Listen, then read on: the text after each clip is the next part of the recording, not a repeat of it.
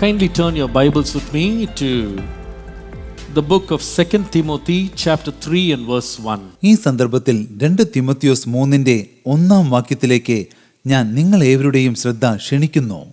But mark this, there will be terrible times in the last days. എന്നാൽ അന്ത്യകാലത്ത് ദുർഘട സമയങ്ങൾ വരുമെന്നറിക. I will read it again. ഞാൻ ഒരിക്കൽ കൂടി വായിക്കാം.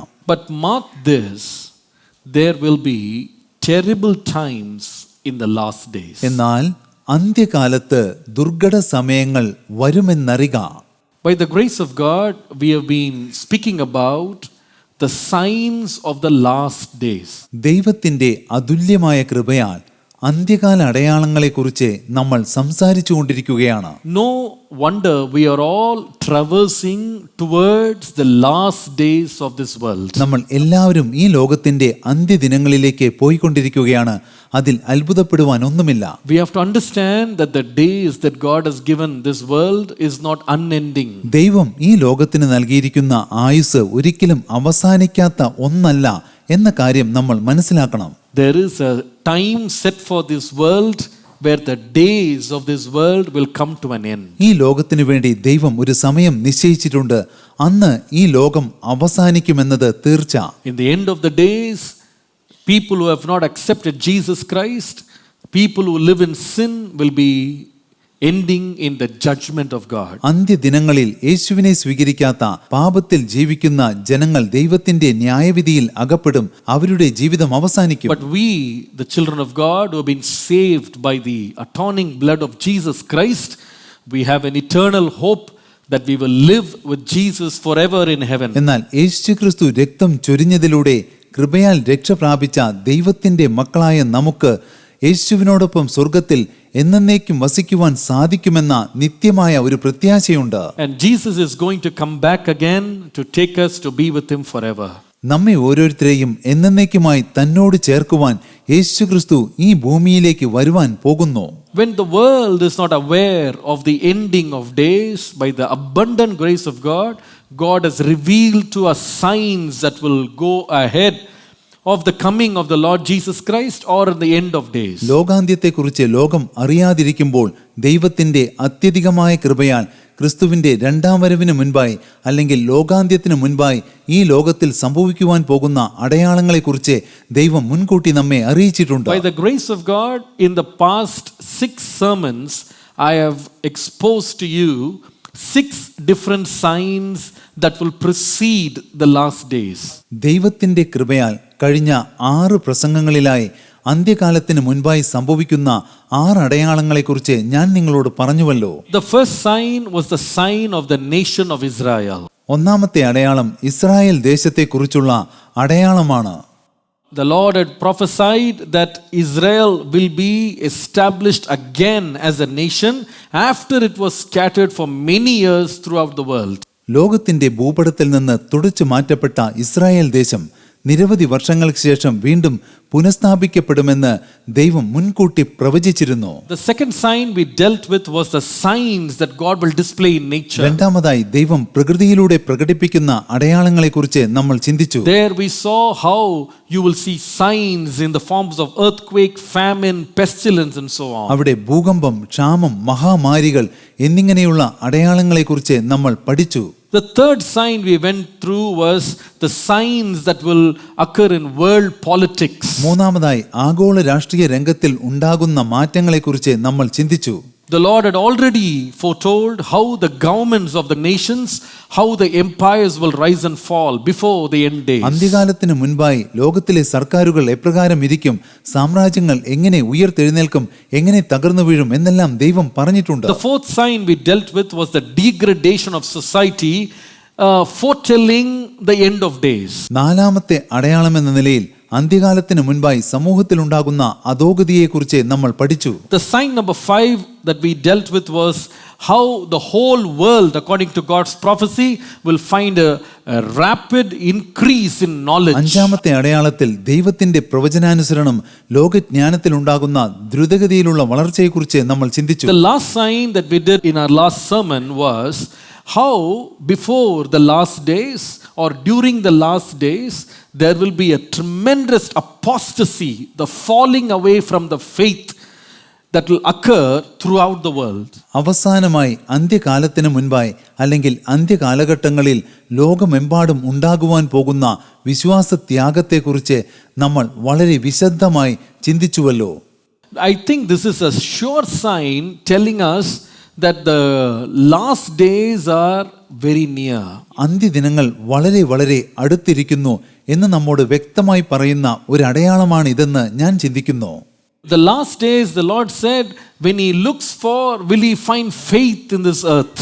അന്ത്യകാലത്ത് ദൈവം വ്യക്തമായി പറഞ്ഞിട്ടുണ്ട്, നിങ്ങൾക്ക് വിശ്വാസം കണ്ടെത്തുവാൻ പോലും ബുദ്ധിമുട്ടായിരിക്കുമെന്ന്. People will lose their faith. ജനങ്ങൾക്ക് തങ്ങളുടെ വിശ്വാസം നഷ്ടപ്പെടും. The faith that they professed, confessed and proclaimed, they will let it go. അവർ ഏറ്റുപറഞ്ഞ, അവർ പ്രഖ്യാപിച്ച വിശ്വാസം അവർ വിട്ടുകളയും. The faith they preached all around the world, they will forget it and forsake it. ലോകമെമ്പാടും അവർ പ്രസംഗിച്ച വിശ്വാസം അവർ മറന്നുകളയും. ആ വിശ്വാസത്തെ അവർ കൈവിടും. Truly speaking, this is literally happening right before our eyes in these days. സത്യം പറയുകയാണെങ്കിൽ ഇക്കാലത്ത് നമ്മുടെ കൺമുന്നിൽ അത് സംഭവിച്ചുകൊണ്ടിരിക്കുകയാണ്. I will give you a few examples. ഞാൻ ഏതാനും ഉദാഹരണങ്ങൾ നൽകാം. If you look at the country of Spain, നിങ്ങൾ സ്പെയിൻ എന്ന രാജ്യത്തെ നോക്കുവിൻ. there is a church in Spain called the Church of Santa Barbara. അവിടെ ചർച്ച് ഓഫ് സാന്റാ ബാബ്ര എന്ന ഒരു സഭയുണ്ട്. This church has been operating for over 100 ഈ years. സഭ 100 വർഷത്തിലധികമായി പ്രവർത്തിച്ചു കൊണ്ടിരിക്കുന്നു. Many people worship God in that church. ഈ സഭയിൽ നിരവധി ആളുകൾ ദൈവത്തെ ആരാധിച്ചു പോന്നു. But after 100 years, people stopped coming to the church. They left the faith. എന്നാൽ 100 വർഷങ്ങൾക്ക് ശേഷം ജനങ്ങൾ സഭയിൽ വരുന്നത് നിർത്തി. അവർ വിശ്വാസം ഉപേക്ഷിച്ചു. The church is empty now. ഇപ്പോൾ സഭ ശൂന്യമാണ്. Therefore, they have sold the church building. ആകയാൽ അവർ ആ സഭയുടെ കെട്ടിടം വിറ്റുകളഞ്ഞു. So what is the church building today? ഇപ്പോൾ ആ സഭയുടെ കെട്ടിടത്തിൽ എന്താണ് നടക്കുന്നതെന്ന് അറിയാമോ? It is a skating park. ഇന്ന് ആ സഭയുടെ കെട്ടിടം ഒരു സ്കേറ്റിംഗ് പാർക്കാണ്. The church has become a skating park. അതെ, സഭ ഒരു സ്കേറ്റിംഗ് പാർക്കായി തീർന്നിരിക്കുന്നു. Scotland. സ്കോട്ട്ലൻഡിൽ Kelvinside Parish Church was beautifully built and many people worship God for many years. Kelvinside parish church മനോഹരമായി പടുത്തുയർത്തപ്പെട്ട ഒരു ദൈവാലയമായിരുന്നു. നിരവധി ആളുകൾ ഈ ആലയത്തിൽ ദൈവത്തെ ആരാധിച്ചിരുന്നു. Few years ago, people stopped coming to church. എന്നാൽ ഏതാനും വർഷങ്ങൾക്ക് മുൻപ് ജനങ്ങൾ ഈ ദൈവാലയത്തിലേക്ക് വരുന്നത് നിർത്തി. Now what is that church? ഇപ്പോൾ ആ ദൈവാലയം എന്താണെന്ന് അറിയാമോ? It is an event center and a night club. ആ ദൈവാലയം ഇപ്പോൾ ഒരു ഈവന്റ് സെന്ററാണ്, കൂടാതെ ഒരു നിശാ ക്ലബ്ബുമാണ്. If you see that photograph, you will see right where the altar was there, it is a boxing ring now. നിങ്ങൾ ഈ ഫോട്ടോഗ്രാഫ് ശ്രദ്ധിച്ചു നോക്കുകയാണെങ്കിൽ അൾത്താരയുള്ള സ്ഥലത്ത് ഇപ്പോൾ ഒരു ബോക്സിംഗ് റിംഗ് നിങ്ങൾക്ക് കാണാം. ഇംഗ്ലണ്ടിൽ there was a church by the name of St. Nicholas Church. അവിടെ സെന്റ് നിക്കോളസ് ചർച്ച് ഉണ്ടായിരുന്നു. It was beautifully built, many people worshiped there. മനോഹരമായ ആ ദൈവാലയത്തിൽ നിരവധി ആളുകൾ ദൈവത്തെ ആരാധിച്ചിരുന്നു. But recently many people left the faith. എന്നാൽ ഈയിടെ നിരവധി ആളുകൾ വിശ്വാസം വിട്ട് അകന്നുപോയി. And a private owner has bought it and he has turned it into his private home, a villa. ഒരു സ്വകാര്യ വ്യക്തി ആ ദൈവാലയം വാങ്ങി ഇപ്പോൾ അതൊരു private വില്ലയാണ്.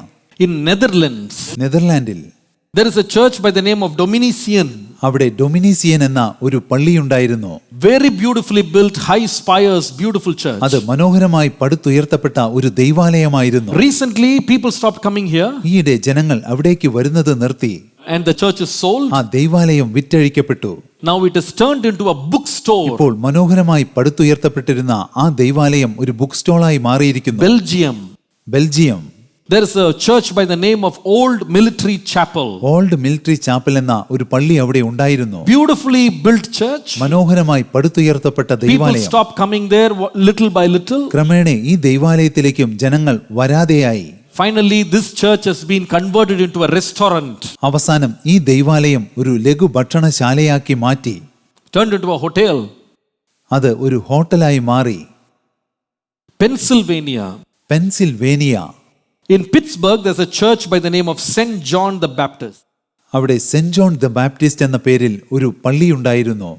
You can look at this church, how massive and beautiful it is. നോക്കൂ, എത്ര മനോഹരമായ ഒരു ദൈവാലയമാണിത്. Today, ഇന്ന് this church has been converted into a pub. ഇന്ന് ഈ ദൈവാലയം ഒരു മദ്യശാലയായി മാറിയിരിക്കുന്നു. മനോഹരമായ ദൈവാലയം മദ്യശാലയായി തീർന്നു. Can you believe that? നിങ്ങൾക്ക് ഇതെല്ലാം വിശ്വസിക്കുവാൻ സാധിക്കുന്നുണ്ടോ? Since 1960, over 10,000 churches in England have been closed. 1960 ശേഷം ഇംഗ്ലണ്ടിൽ മാത്രമായി ഏകദേശം 10,000-ലധികം പള്ളികൾ അടച്ചുപൂട്ടി. They say by 2020, which is next year, another 4,000 churches are going to be closed. അവർ പറയുന്നു 2020 അതായത് അടുത്ത വർഷത്തോടുകൂടി ഇനിയും 4,000 പള്ളികൾ അടച്ചുപൂട്ടുവാൻ പോകുന്നുവെന്ന്. And what is going to happen there? അവിടെ എന്താണ് സംഭവിക്കുവാൻ പോകുന്നത്? They say by next year, അവർ പറയുന്നു അടുത്ത വർഷത്തോടുകൂടി around 4,000 new mosques are going to be built. ഏകദേശം 4,000 പുതിയ മുസ്ലിം പള്ളികൾ പടുത്തുയർത്തുവാൻ പോകുന്നു. And the sad thing is, ഏറ്റവും ദുഃഖകരമായ കാര്യം ഇതാണ്. places which were once churches are bought by mosques and converted into mosques. ഒരിക്കൽ ദൈവാലയങ്ങളായിരുന്ന സ്ഥലങ്ങൾ മറ്റുള്ളവർ വാങ്ങി അതെല്ലാം മുസ്ലിം പള്ളികളാക്കി മാറ്റുന്നു. If you look at this picture, you will be shocked. നിങ്ങൾ ഈ ചിത്രത്തിലേക്ക് നോക്കുകയാണെങ്കിൽ തീർച്ചയായും ഞെട്ടിപ്പോകും. Once a church, now a mosque. ഒരിക്കൽ ഇതൊരു മനോഹരമായ ദൈവാലയമായിരുന്നു, എന്നാൽ ഇപ്പോൾ ഒരു മുസ്ലിം പള്ളിയാണ്. If you look at the interior of another നിങ്ങൾ church, മറ്റൊരു ദൈവാലയത്തിന്റെ ഇന്റീരിയർ നോക്കുകയാണെങ്കിൽ you'll be shocked to find that the church is no longer a church, but it is a mosque. ഇനി ആ കെട്ടിടം ഒരു ദൈവാലയമല്ല, മറിച്ച് ഒരു മുസ്ലിം പള്ളിയായി മാറിയിരിക്കുന്നു എന്നറിയുമ്പോൾ തീർച്ചയായും നിങ്ങൾ ഞെട്ടിപ്പോകും. Over and over again throughout Europe, churches are being turned into mosques.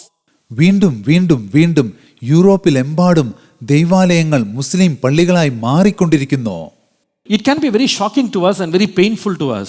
ഇത് നമുക്ക് വളരെയധികം വേദനാജനകമായ കാര്യമാണ്. But this is nothing but the fulfillment of Bible prophecy. സത്യത്തിൽ ഇതൊന്നുമല്ല, വേദപുസ്തക പ്രവചനങ്ങളുടെ പൂർത്തീകരണം മാത്രമാണ്. In the last days, many people will depart from the faith. അന്ത്യകാലത്ത് നിരവധി ജനങ്ങൾ ദൈവിക വിശ്വാസത്തിൽ നിന്ന് അകന്നു പോകും.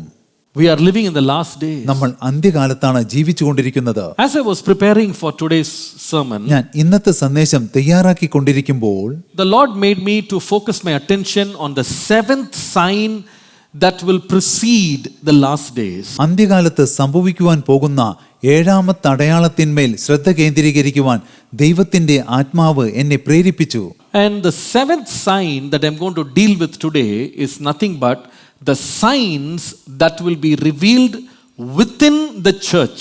ഇന്ന് ഞാൻ നിങ്ങളോട് പങ്കുവയ്ക്കുവാൻ പോകുന്ന ഏഴാമത്തെ അടയാളം മറ്റൊന്നുമല്ല, സഭയ്ക്കുള്ളിൽ തന്നെ നടക്കുന്ന ചില അടയാളങ്ങളാണ്. The signs within the church. സഭയ്ക്കുള്ളിൽ തന്നെ സംഭവിക്കുന്ന ചില അടയാളങ്ങൾ.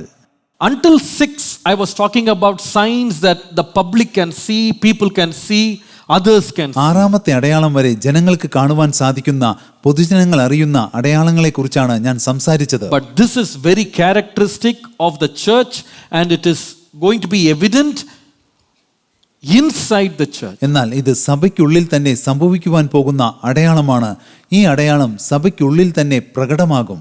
How will the church be in the last days? അന്ത്യകാലത്ത് സഭകൾ എപ്രകാരമായിരിക്കും? There are 3 things I want to share. 3 കാര്യങ്ങൾ ഞാൻ പങ്കുവെക്കട്ടെ. Number 1, ഒന്നാമത്തേത്, the church will have a contradictory lifestyle. മറുത്തു പറയുന്ന വിപരീതമായ ഒരു ജീവിതശൈലി സഭകളിൽ കാണപ്പെടും. In other words, the church will become very hypocritical. മറ്റൊരു വിധത്തിൽ പറഞ്ഞാൽ സഭ കപടഭക്തന്മാരുടെ കൂട്ടമായി തീരും, കപടഭക്തി നിറഞ്ഞതായി തീരും. 2 Timothy chapter 3 verse 5. 2 തിമോത്തിയോസ് 3:5 വായിച്ചു നോക്കുവിൻ. Having a form of godliness but denying its power. ഭക്തിയുടെ വേഷം ധരിച്ച് അതിന്റെ ശക്തി ത്യജിക്കുന്നവരായിരിക്കും അന്ത്യകാല സഭയിൽ ഉള്ളത്. How will the church be in the last days? അന്ത്യകാലത്ത് സഭ എപ്രകാരമായിരിക്കും? They will deny the power and have a form of godliness. അവർ ഭക്തിയുടെ ശക്തി ത്യജിച്ചു കളയും, എന്നാൽ ഭക്തിയുടെ വേഷം ധരിക്കുകയും ചെയ്യുമെന്ന് വചനം വ്യക്തമായി പറയുന്നു. See, godliness is good according to the Bible. വചനാനുസരണം ഭക്തി എന്നത് വളരെ നല്ല കാര്യമാണ്. The Bible says physical exercise profits nothing, but godliness is profitable both for this world and for the world to come. ശരീരാഭ്യാസം അല്പപ്രയോജനമുള്ളതത്രേ, ദൈവഭക്തിയോ ഇപ്പോഴത്തെ ജീവന്റെയും വരുവാനിരിക്കുന്നതിന്റെയും വാഗ്ദത്തമുള്ളതാകയാൽ. ശരീര മുയற்சி അല്പ പ്രയോജനമുള്ളത്, ദേവഭക്തിയോ ഇമ്മയ്ക്കും മറുമയ്ക്കും പ്രയോജനമുള്ളത്. So godliness is a good thing. ആകയാൽ ഭക്തി നല്ല കാര്യമാണ്. But how will the church be in the last days? എന്നാൽ അന്ത്യകാലത്ത് സഭകൾ എപ്രകാരം ഇരിക്കും? That godliness will not be real, it will not be true, but instead it will be very hypocritical. ഭക്തി യഥാർത്ഥമായിരിക്കുകയില്ല, അത് വ്യാജമായിരിക്കും. കൂടാതെ ആ ഭക്തി കപടഭക്തിയായിരിക്കും. It will just be a lie but put on in a nice grab. അവരുടെ ഭക്തി തികച്ചും വ്യാജമായിരിക്കും, എന്നാൽ കാണുമ്പോൾ ഭക്തന്മാരാണെന്ന് നമുക്ക് തോന്നും. William Shakespeare, one of the greatest writers of early days, പ്രാചീന എഴുത്തുകാരിൽ സുപ്രസിദ്ധനായ William Shakespeare, he made this beautiful statement. അദ്ദേഹത്തിന്റെ മനോഹരമായ ഒരു ഉദ്ധരണിയുണ്ട്. He said, all the world is a ഈ stage. ലോകമെന്നാൽ ഒരു നാടകമാണ്, ഒരു കളിത്തട്ടാണ്. He said, all the men and women are merely players or actors. അദ്ദേഹം പറഞ്ഞു, എല്ലാ സ്ത്രീകളും എല്ലാ പുരുഷന്മാരും ആ നാടക അരങ്ങിലെ കഥാപാത്രങ്ങളാണ്. They have their exits and their entrances. ഓരോരുത്തരും അവരുടേതായ സമയത്ത് അരങ്ങിലേക്ക് പ്രവേശിക്കുന്നു, അരങ്ങ് വിട്ടൊഴിയുന്നു. He said, one man will play different parts. അദ്ദേഹം പറഞ്ഞു, ഒരു മനുഷ്യൻ തന്നെ വ്യത്യസ്ത ഭാഗങ്ങൾ He അഭിനയിക്കും. will do it in 7 different stages of his life. ജീവിതത്തിലെ വ്യത്യസ്ത അരങ്ങുകളിൽ ആ മനുഷ്യൻ അതെല്ലാം അഭിനയിച്ചു തീർക്കും. He said how the world will be, how the world is in general. ലോകം പൊതുവായി എപ്രകാരം ഇരിക്കുമെന്ന് അദ്ദേഹം പറഞ്ഞിട്ടുണ്ട്. But if you look at how the church is becoming these days, എന്നാൽ ഇന്ന് സഭകൾ എങ്ങനെയാണ് ആയിത്തീരുന്നതെന്ന് നിങ്ങൾ there is a lot നോക്കുകയാണെങ്കിൽ of parallel between what Shakespeare said and how the church is moving these days. ലോകത്തെക്കുറിച്ച് ഷേക്സ്പിയർ പറഞ്ഞ കാര്യങ്ങളും സഭയിൽ നടക്കുന്ന കാര്യങ്ങളും തമ്മിൽ വളരെ സാമ്യതകളുണ്ട്. Today the church is becoming another stage where all the believers play their roles and they act as very good actors. ഇന്ന് സഭ മറ്റൊരു നാടക അരങ്ങായി തീർന്നിരിക്കുകയാണ്. ആ അരങ്ങിൽ വിശ്വാസികൾ വളരെ വ്യത്യസ്തമായ ഭാഗങ്ങൾ അഭിനയിച്ചു തീർക്കുന്നു. അവർ നല്ല അഭിനേതാക്കളാണ്. The reality, the truth, the honesty is missing. സത്യസന്ധത, വിശ്വസ്തത, ആത്മാർത്ഥത അതെല്ലാം അപ്രത്യക്ഷമായി കൊണ്ടിരിക്കുന്നു. The depth of Christian walk is missing. ക്രിസ്തീയ ജീവിതത്തിന്റെ ആഴം നഷ്ടപ്പെട്ടുകൊണ്ടിരിക്കുകയാണ്. Conviction is missing and just outward shell of glam and glitter is shining. ഇന്ന് കുറ്റബോധമില്ലാത്ത വിശ്വാസികളാണ്, എന്നാൽ ബാഹ്യമായി അവർ മിന്നിത്തിളങ്ങുന്നവരാണ്.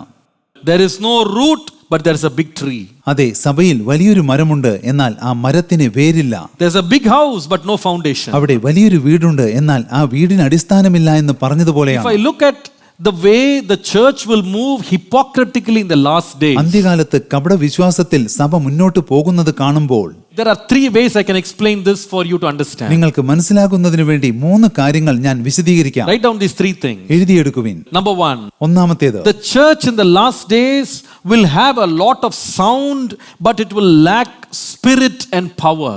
അന്ത്യകാലത്തെ സഭകളിൽ വളരെയധികം ശബ്ദ കോലാഹലങ്ങൾ ഉണ്ടായിരിക്കും, എന്നാൽ സഭകളിൽ ആത്മാവോ ആത്മാവിന്റെ ശക്തിയോ ഉണ്ടായിരിക്കുകയില്ല. അതാണ് അന്ത്യകാല സഭയുടെ ലക്ഷണം. 1 Corinthians chapter 2 and verse 4. 1 കൊരിന്ത്യർ 2:4 There Apostle Paul speaks about this. I think it is verse 5. It says, and my speech and my preaching were not with the persuasive words of human wisdom, but in demonstration of spirit and of power. അവിടെ 5-ാമത്തെ വാക്യത്തിൽ പൗലോസ് പറയുന്നു, എന്റെ വചനവും എന്റെ പ്രസംഗവും ജ്ഞാനത്തിന്റെ വശീകരണ വാക്കുകളാലല്ല, ആത്മാവിന്റെയും ശക്തിയുടെയും പ്രദർശനത്താലത്രേ ആയിരുന്നത്. So what was he saying? എന്തായിരുന്നു അദ്ദേഹം പറഞ്ഞത്? When you see my ministry, നിങ്ങൾ എന്റെ ശുശ്രൂഷ കാണുമ്പോൾ it was not merely in words, അത് വെറും വാക്കുകളാലുള്ള ശുശ്രൂഷയല്ല, but it is coming out of spirit and power. അത് ആത്മാവിൽ നിന്നും ശക്തിയിൽ നിന്നും പുറപ്പെടുന്ന ശുശ്രൂഷയാണ്. That is authentic ministry. അതാണ് അകൃത്രിമമായ ശുശ്രൂഷ. That is real ministry. അതാണ് യഥാർത്ഥ ശുശ്രൂഷ. That is powerful ministry. അതാണ് ശക്തിയേറിയ That ശുശ്രൂഷ. is the sign of a true Christian. അതാണ് യഥാർത്ഥ ക്രിസ്ത്യാനിയുടെ ലക്ഷണം. The kingdom of God is not in speeches, it's not in talk, but it is in the power of God. ദൈവരാജ്യം പ്രസംഗങ്ങളിലല്ല, ആത്മാവിന്റെ ശക്തിയിലാണ് അധിഷ്ഠിതമായിരിക്കുന്നത്. Praise be to God. ദൈവത്തിന് സ്തുതി. But in the last days, എന്നാൽ അന്ത്യകാലത്ത് the spiritual atmosphere of churches will turn into big spiritual talk, but no spirit inside. സഭകളിലെ ആത്മീയ അന്തരീക്ഷം വലിയ ആത്മീയ പ്രഭാഷണങ്ങളായി മാറും. എന്നാൽ ആത്മാവിന്റെ ശക്തി അല്പം പോലും സഭകളിൽ ഉണ്ടായിരിക്കുകയില്ല. വെറും പ്രഭാഷണങ്ങൾ മാത്രമേ ഉണ്ടായിരിക്കുകയുള്ളൂ. There will be no real Christian fervor. സഭകളിൽ യഥാർത്ഥ ക്രിസ്തീയ ഭക്തി ഉണ്ടായിരിക്കുകയില്ല. Lot of talk, വളരെയധികം സംസാരിക്കും, but no spirit. എന്നാൽ ആത്മാവ് ഉണ്ടായിരിക്കുകയില്ല. These days you can hear words like this, declaration made in very big headlines. ഇക്കാലത്ത് നിങ്ങൾക്ക് ഇതുപോലെയുള്ള വാക്കുകൾ കേൾക്കാനാകും.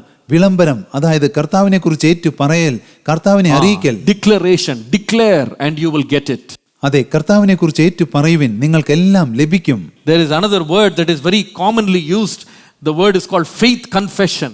ഇപ്പോൾ പൊതുവായി അറിയപ്പെടുന്ന മറ്റൊരു വാക്കുണ്ട്, വിശ്വാസ പ്രഖ്യാപനം. So everything you confess, everything you declare, you will get it.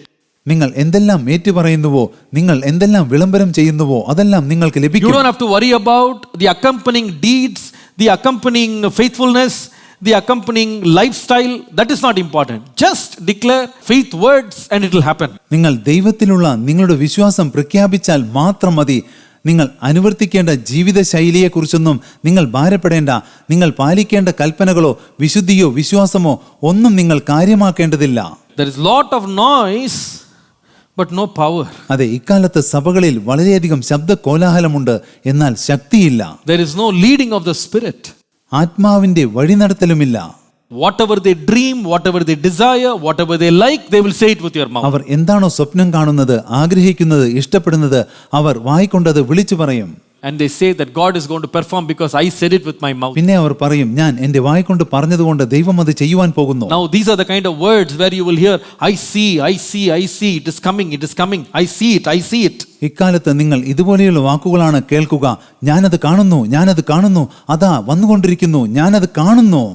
Oh, I imagine it. I can see it in this eyes.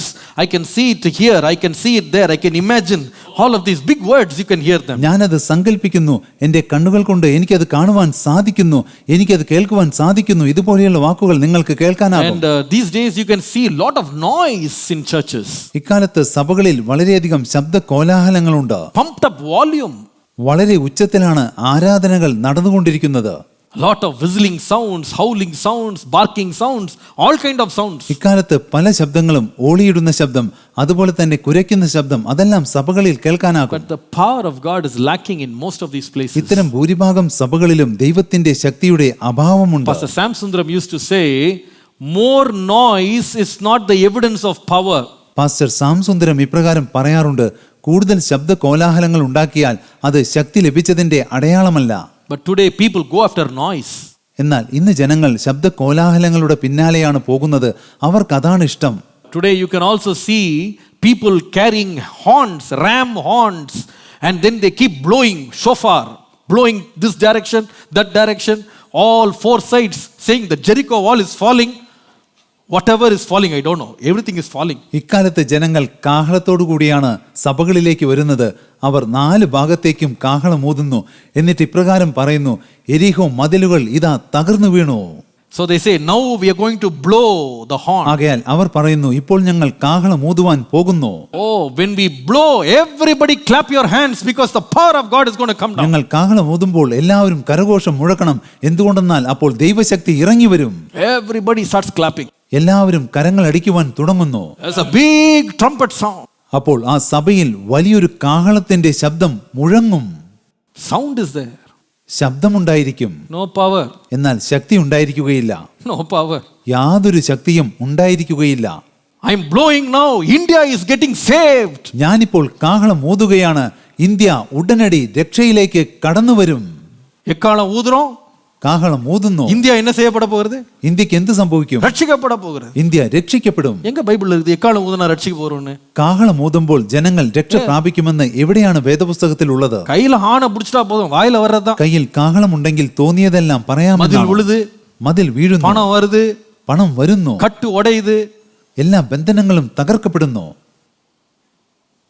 ராஜ்யங்கள் மாறுகிறது. രാജ്യങ്ങൾക്ക് മാറ്റം സംഭവിക്കുന്നു. மாறலையா? ഒരു മാറ്റവുമില്ലല്ലോ. ஊதுறதான் ஊதிட்டே இருக்கும். കാഹളം ഊതിക്കൊണ്ടിരിക്കുന്നു. Lot of sound. ധാരാളം ശബ്ദ No കോലാഹലം, power. എന്നാൽ യാതൊരു ശക്തിയുമില്ല. People are so happy to see all these gimmicks on stage. സ്റ്റേജിൽ ഇതുപോലെയുള്ള മിമിക്രികൾ നടക്കുന്നത് കാണുമ്പോൾ ജനങ്ങൾക്ക് വളരെ വളരെ സന്തോഷമാണ്. Oh, shofar is blown. They brought it from Israel. അതെ, ഈ കാഹളം ഇസ്രായേലിൽ നിന്ന് വാങ്ങിക്കൊണ്ടുവന്നതാണ്. ഈ കാഹളം ഊതിയാൽ എന്തായാലും അത്ഭുതങ്ങൾ സംഭവിക്കും. India is saved. India has become the land of Christ. India ഇതാ രക്ഷ പ്രാപിക്കുന്നു. ഇന്ത്യ ക്രിസ്തുവിന്റെ ദേശമായി തീരുന്നു. Lot of sound, ധാരാളം ശബ്ദ കോലാഹലങ്ങൾ, no strength. എന്നാൽ ഒരു ശക്തിയുമില്ല. Number 2, രണ്ടാമത്തേത്, lot of show but no strength. സഭയിൽ പുറമോടിക്ക് ഒരു കുറവുമില്ല. സ്വയം പുകഴ്ത്തുന്നവരും ഉണ്ടായിരിക്കും, എന്നാൽ അല്പം പോലും ബലമുണ്ടായിരിക്കുകയില്ല. 2 Timothy 3:5. 2 Timotheos 3:5. Form of godliness but no power. ഭക്തിയുടെ വേഷം ധരിച്ചവരുണ്ടായിരിക്കും, എന്നാൽ ശക്തി ഉണ്ടായിരിക്കുകയില്ല. A lot of show സഭയിൽ ധാരാളം പ്രദർശനങ്ങൾ, സ്വയം പുകഴ്ത്തലുകൾ ഉണ്ടായിരിക്കും, but no power. എന്നാൽ അല്പം പോലും ശക്തി ഉണ്ടായിരിക്കില്ല. Look at the Christianity today. ഇന്നത്തെ ക്രിസ്തീയതയെ നോക്കുവിൻ. Why are you a Christian? How are you a Christian? നിങ്ങൾ എന്തുകൊണ്ട് ഒരു ക്രിസ്ത്യാനിയായി തീർന്നു? എങ്ങനെയാണ് നിങ്ങൾ ഒരു ക്രിസ്ത്യാനിയായി മാറിയത്? What is your relationship with Christ? None of these questions will be answered by many of the people. നിങ്ങൾക്കും ക്രിസ്തുവിനും തമ്മിലുള്ള ബന്ധം എന്താണ്? ഇത്തരം ചോദ്യങ്ങൾക്കൊന്നും ആരും ഇന്നത്തെ കാലത്ത് ഉത്തരം നൽകുന്നില്ല. Many people don't have answers. പലരുടെയും പക്കൽ ഈ ചോദ്യങ്ങൾക്കുള്ള ഉത്തരങ്ങളുമില്ല. What is your relationship with Jesus Christ? യേശു ക്രിസ്തുവുമായി നിങ്ങൾക്കുള്ള ബന്ധം എന്താണ്? They don't know. അവർക്കറിയില്ല. How are you a Christian? നിങ്ങൾ എങ്ങനെയാണ് ക്രിസ്ത്യാനിയായി തീർന്നത്? I have a Bible. എന്റെ പക്കൽ ഒരു വേദപുസ്തകമുണ്ട്. I have verses in my house. എന്റെ വീട്ടിൽ ഞാൻ നിറയെ വാക്യങ്ങൾ തൂക്കിയിട്ടിട്ടുണ്ട്. I go to church every week. ഞാൻ എല്ലാ ആഴ്ചയും പള്ളിയിലേക്ക് പോകുന്നു. I give offerings. ഞാൻ സ്തോത്രക്കാഴ്ചകൾ നൽകുന്നു. I even go for ministry. ഞാൻ പലപ്പോഴും ദൈവിക ശുശ്രൂഷയ്ക്കും പോകാറുണ്ട്. They have lot of external things they will do, ഇതുപോലെ ബാഹ്യമായ പല കാര്യങ്ങളും അവർ ചെയ്തുകൊണ്ടിരിക്കും, but no personal relationship with Jesus. എന്നാൽ വ്യക്തിപരമായി അവർക്ക് യേശു ക്രിസ്തുവുമായി ഒരു ബന്ധവും ഉണ്ടായിരിക്കുകയില്ല. There is no inward change, transformation. അവരുടെ ഉള്ളിന്റെ ഉള്ളിൽ ഒരു മാറ്റം സംഭവിച്ചിട്ടില്ല. The name is changed, the clothes are changed, appearance is changed, everything is changed except for the transformation of the heart. അവരുടെ പേരിൽ മാറ്റം സംഭവിച്ചിട്ടുണ്ട്, അതുപോലെ വസ്ത്രധാരണ രീതികളിലും വളരെയധികം മാറ്റങ്ങൾ ഉണ്ടായിട്ടുണ്ട്, എന്നാൽ സത്യസന്ധമായ രൂപാന്തരം ഹൃദയത്തിന് ഉണ്ടായിട്ടില്ല. No change. ഒരു മാറ്റം സംഭവിച്ചിട്ടില്ല. Look at the church. നിങ്ങൾ ഇന്നത്തെ സഭകളിലേക്ക് നോക്കുവിൻ. The true condition of the church is camouflaged by a million activities. അസംഖ്യം പ്രവൃത്തികൾ എന്ന പ്രച്ഛന്ന വേഷം ധരിച്ചുകൊണ്ട് സഭ തന്റെ യഥാർത്ഥ രൂപത്തെ മൂടിവെച്ചിരിക്കുന്നു. Lot of activities. സഭയിൽ ധാരാളം പ്രവർത്തനങ്ങളുണ്ട്. Revivals, conferences, forums, festivals, fellowships, lot of things happening. ഉണർവ് യോഗങ്ങൾ, കൂട്ടായ്മകൾ, ഇതുപോലെ നിരവധി പ്രവർത്തനങ്ങൾ സഭയിൽ എന്നും നടന്നുകൊണ്ടിരിക്കുകയാണ്.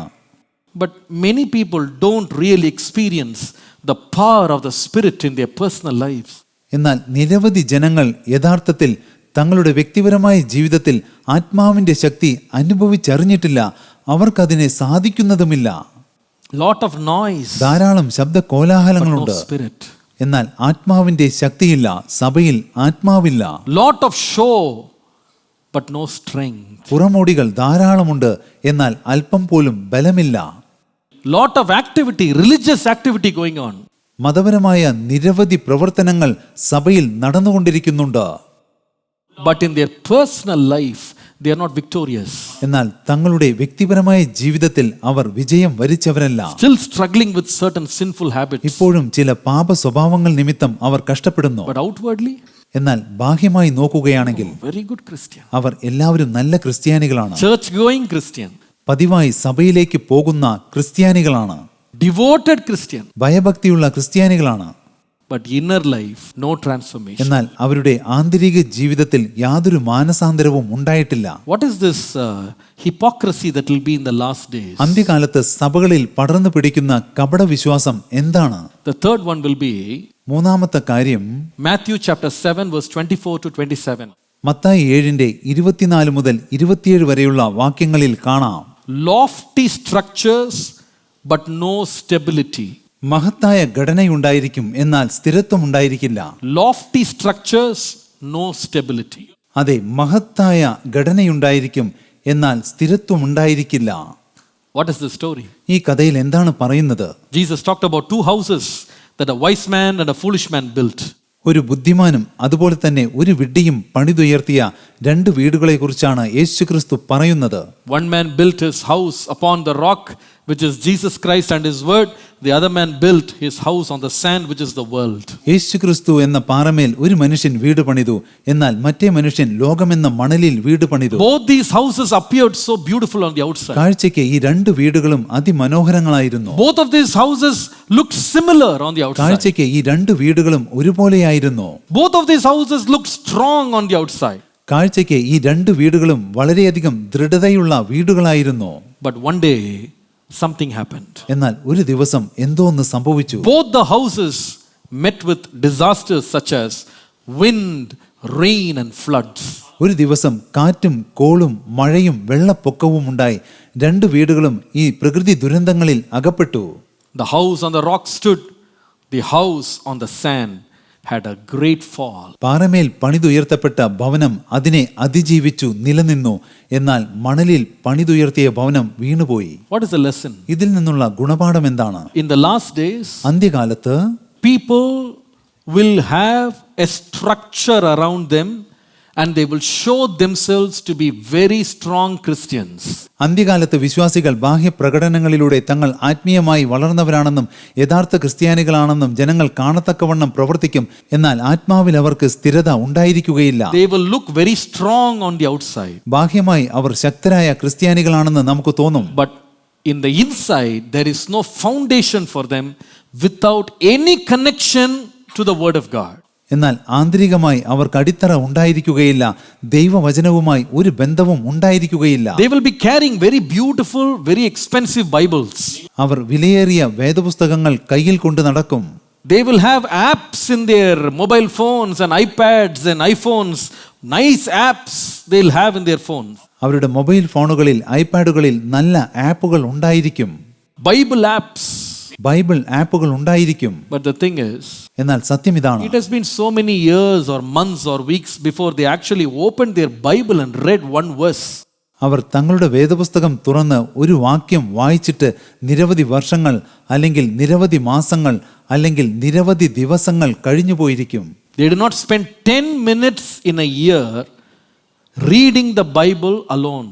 ഒരു വർഷത്തിൽ വേദപുസ്തകം വായിക്കുന്നതിന് വേണ്ടി മാത്രമായി 10 നിമിഷം പോലും അവർ ചെലവഴിച്ചിരിക്കുകയില്ല. They come and listen to somebody preaching for 2 hours. മറ്റൊരാൾ 2 മണിക്കൂർ പ്രസംഗിക്കുകയാണെങ്കിൽ അവർ വന്ന് അത് കേൾക്കും. But they never sit with the word of God for a few minutes. എന്നാൽ ഏതാനും ചില നിമിഷങ്ങൾ ദൈവവചനത്തോടൊപ്പം ആയിരിക്കുവാൻ അവർ സമയം ചെലവഴിക്കുകയില്ല. What is happening there? എന്താണ് സംഭവിക്കുന്നത്? The structure is beautiful. അവരുടെ ഘടന അതിമനോഹരമായിരിക്കും. Externally you are showing yourself to be a very strong Christian. ബാഹ്യമായി അവരെ കണ്ടാൽ അവർ യഥാർത്ഥ ക്രിസ്ത്യാനികളാണെന്ന് നമുക്ക് തോന്നും. But a little temptation, little problem, little wind, little rain, little flood, flat. എന്നാൽ ഒരു ചെറിയ പ്രലോഭനമുണ്ടായാൽ, ഒരു ചെറിയ മഴ പെയ്താൽ, ഒരു ചെറിയ കാറ്റടിച്ചാൽ അവർ ആകെ തകർന്നു പോകും. Very sad these days. A spiritual person is defined by their external progress and external success.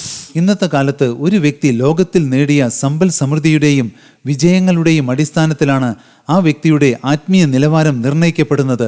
അത് വളരെ ദുഃഖകരമായ ഒരു കാര്യമാണെന്ന് എനിക്ക് തോന്നുന്നു. You see, even the preaching today in many circles is like in order to define yourself as a Christian, you define them by their worldly wealth, worldly success, worldly promotion and worldly positions. ഇന്നത്തെ പ്രസംഗങ്ങൾ തന്നെ ആകെ മാറിയിരിക്കുന്നു.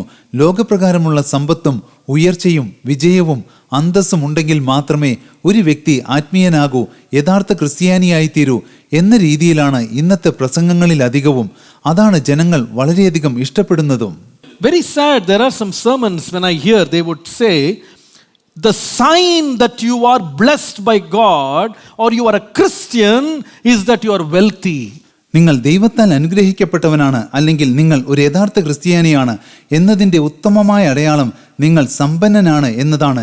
ഇത്തരം പ്രസംഗങ്ങൾ എന്നെ വളരെയധികം വേദനിപ്പിക്കുന്നു. You should be rich.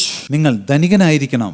I heard one preacher preach like ഒരു this. പ്രാസംഗികൻ ഇപ്രകാരം പ്രസംഗിച്ചത് ഞാൻ He കേട്ടു. says that how will the world believe in your message if you are not rich? അദ്ദേഹം ഇപ്രകാരം പറയുന്നു, നിങ്ങൾ ഈ ലോകത്തിൽ സമ്പന്നനല്ലെങ്കിൽ എങ്ങനെയാണ് ലോകം നിങ്ങളുടെ പ്രസംഗത്തെ വിശ്വസിക്കുക? He says, അദ്ദേഹം പറയുന്നു, how will they know that your God is alive if you are not rich? നിങ്ങൾ സമ്പന്നനല്ലെങ്കിൽ നിങ്ങളുടെ ദൈവം ജീവനോടിരിക്കുന്നു എന്ന് എങ്ങനെയാണ് ലോകം അറിയുക എന്ന് അദ്ദേഹം ചോദിക്കുന്നു. So the sign that you are worshipping a living God, the true God, is that you are a very rich person. ആകയാൽ നിങ്ങൾ വളരെയധികം സമ്പന്നനാണെങ്കിൽ അതിൻ്റെ അർത്ഥം എന്താണ്? നിങ്ങൾ ആരാധിക്കുന്ന ദൈവം ജീവിക്കുന്ന ദൈവം എന്നത് തന്നെയാണ് അതിൻ്റെ അർത്ഥം. So my question is, what will they understand when they look at somebody like Bill Gates? ആകയാൽ എൻ്റെ ചോദ്യം ഇതാണ്, ബിൽ ഗേറ്റ്സ് പോലെയുള്ള ഒരു ധനികനെ കാണുമ്പോൾ എന്തായിരിക്കും അവർ മനസ്സിലാക്കുക?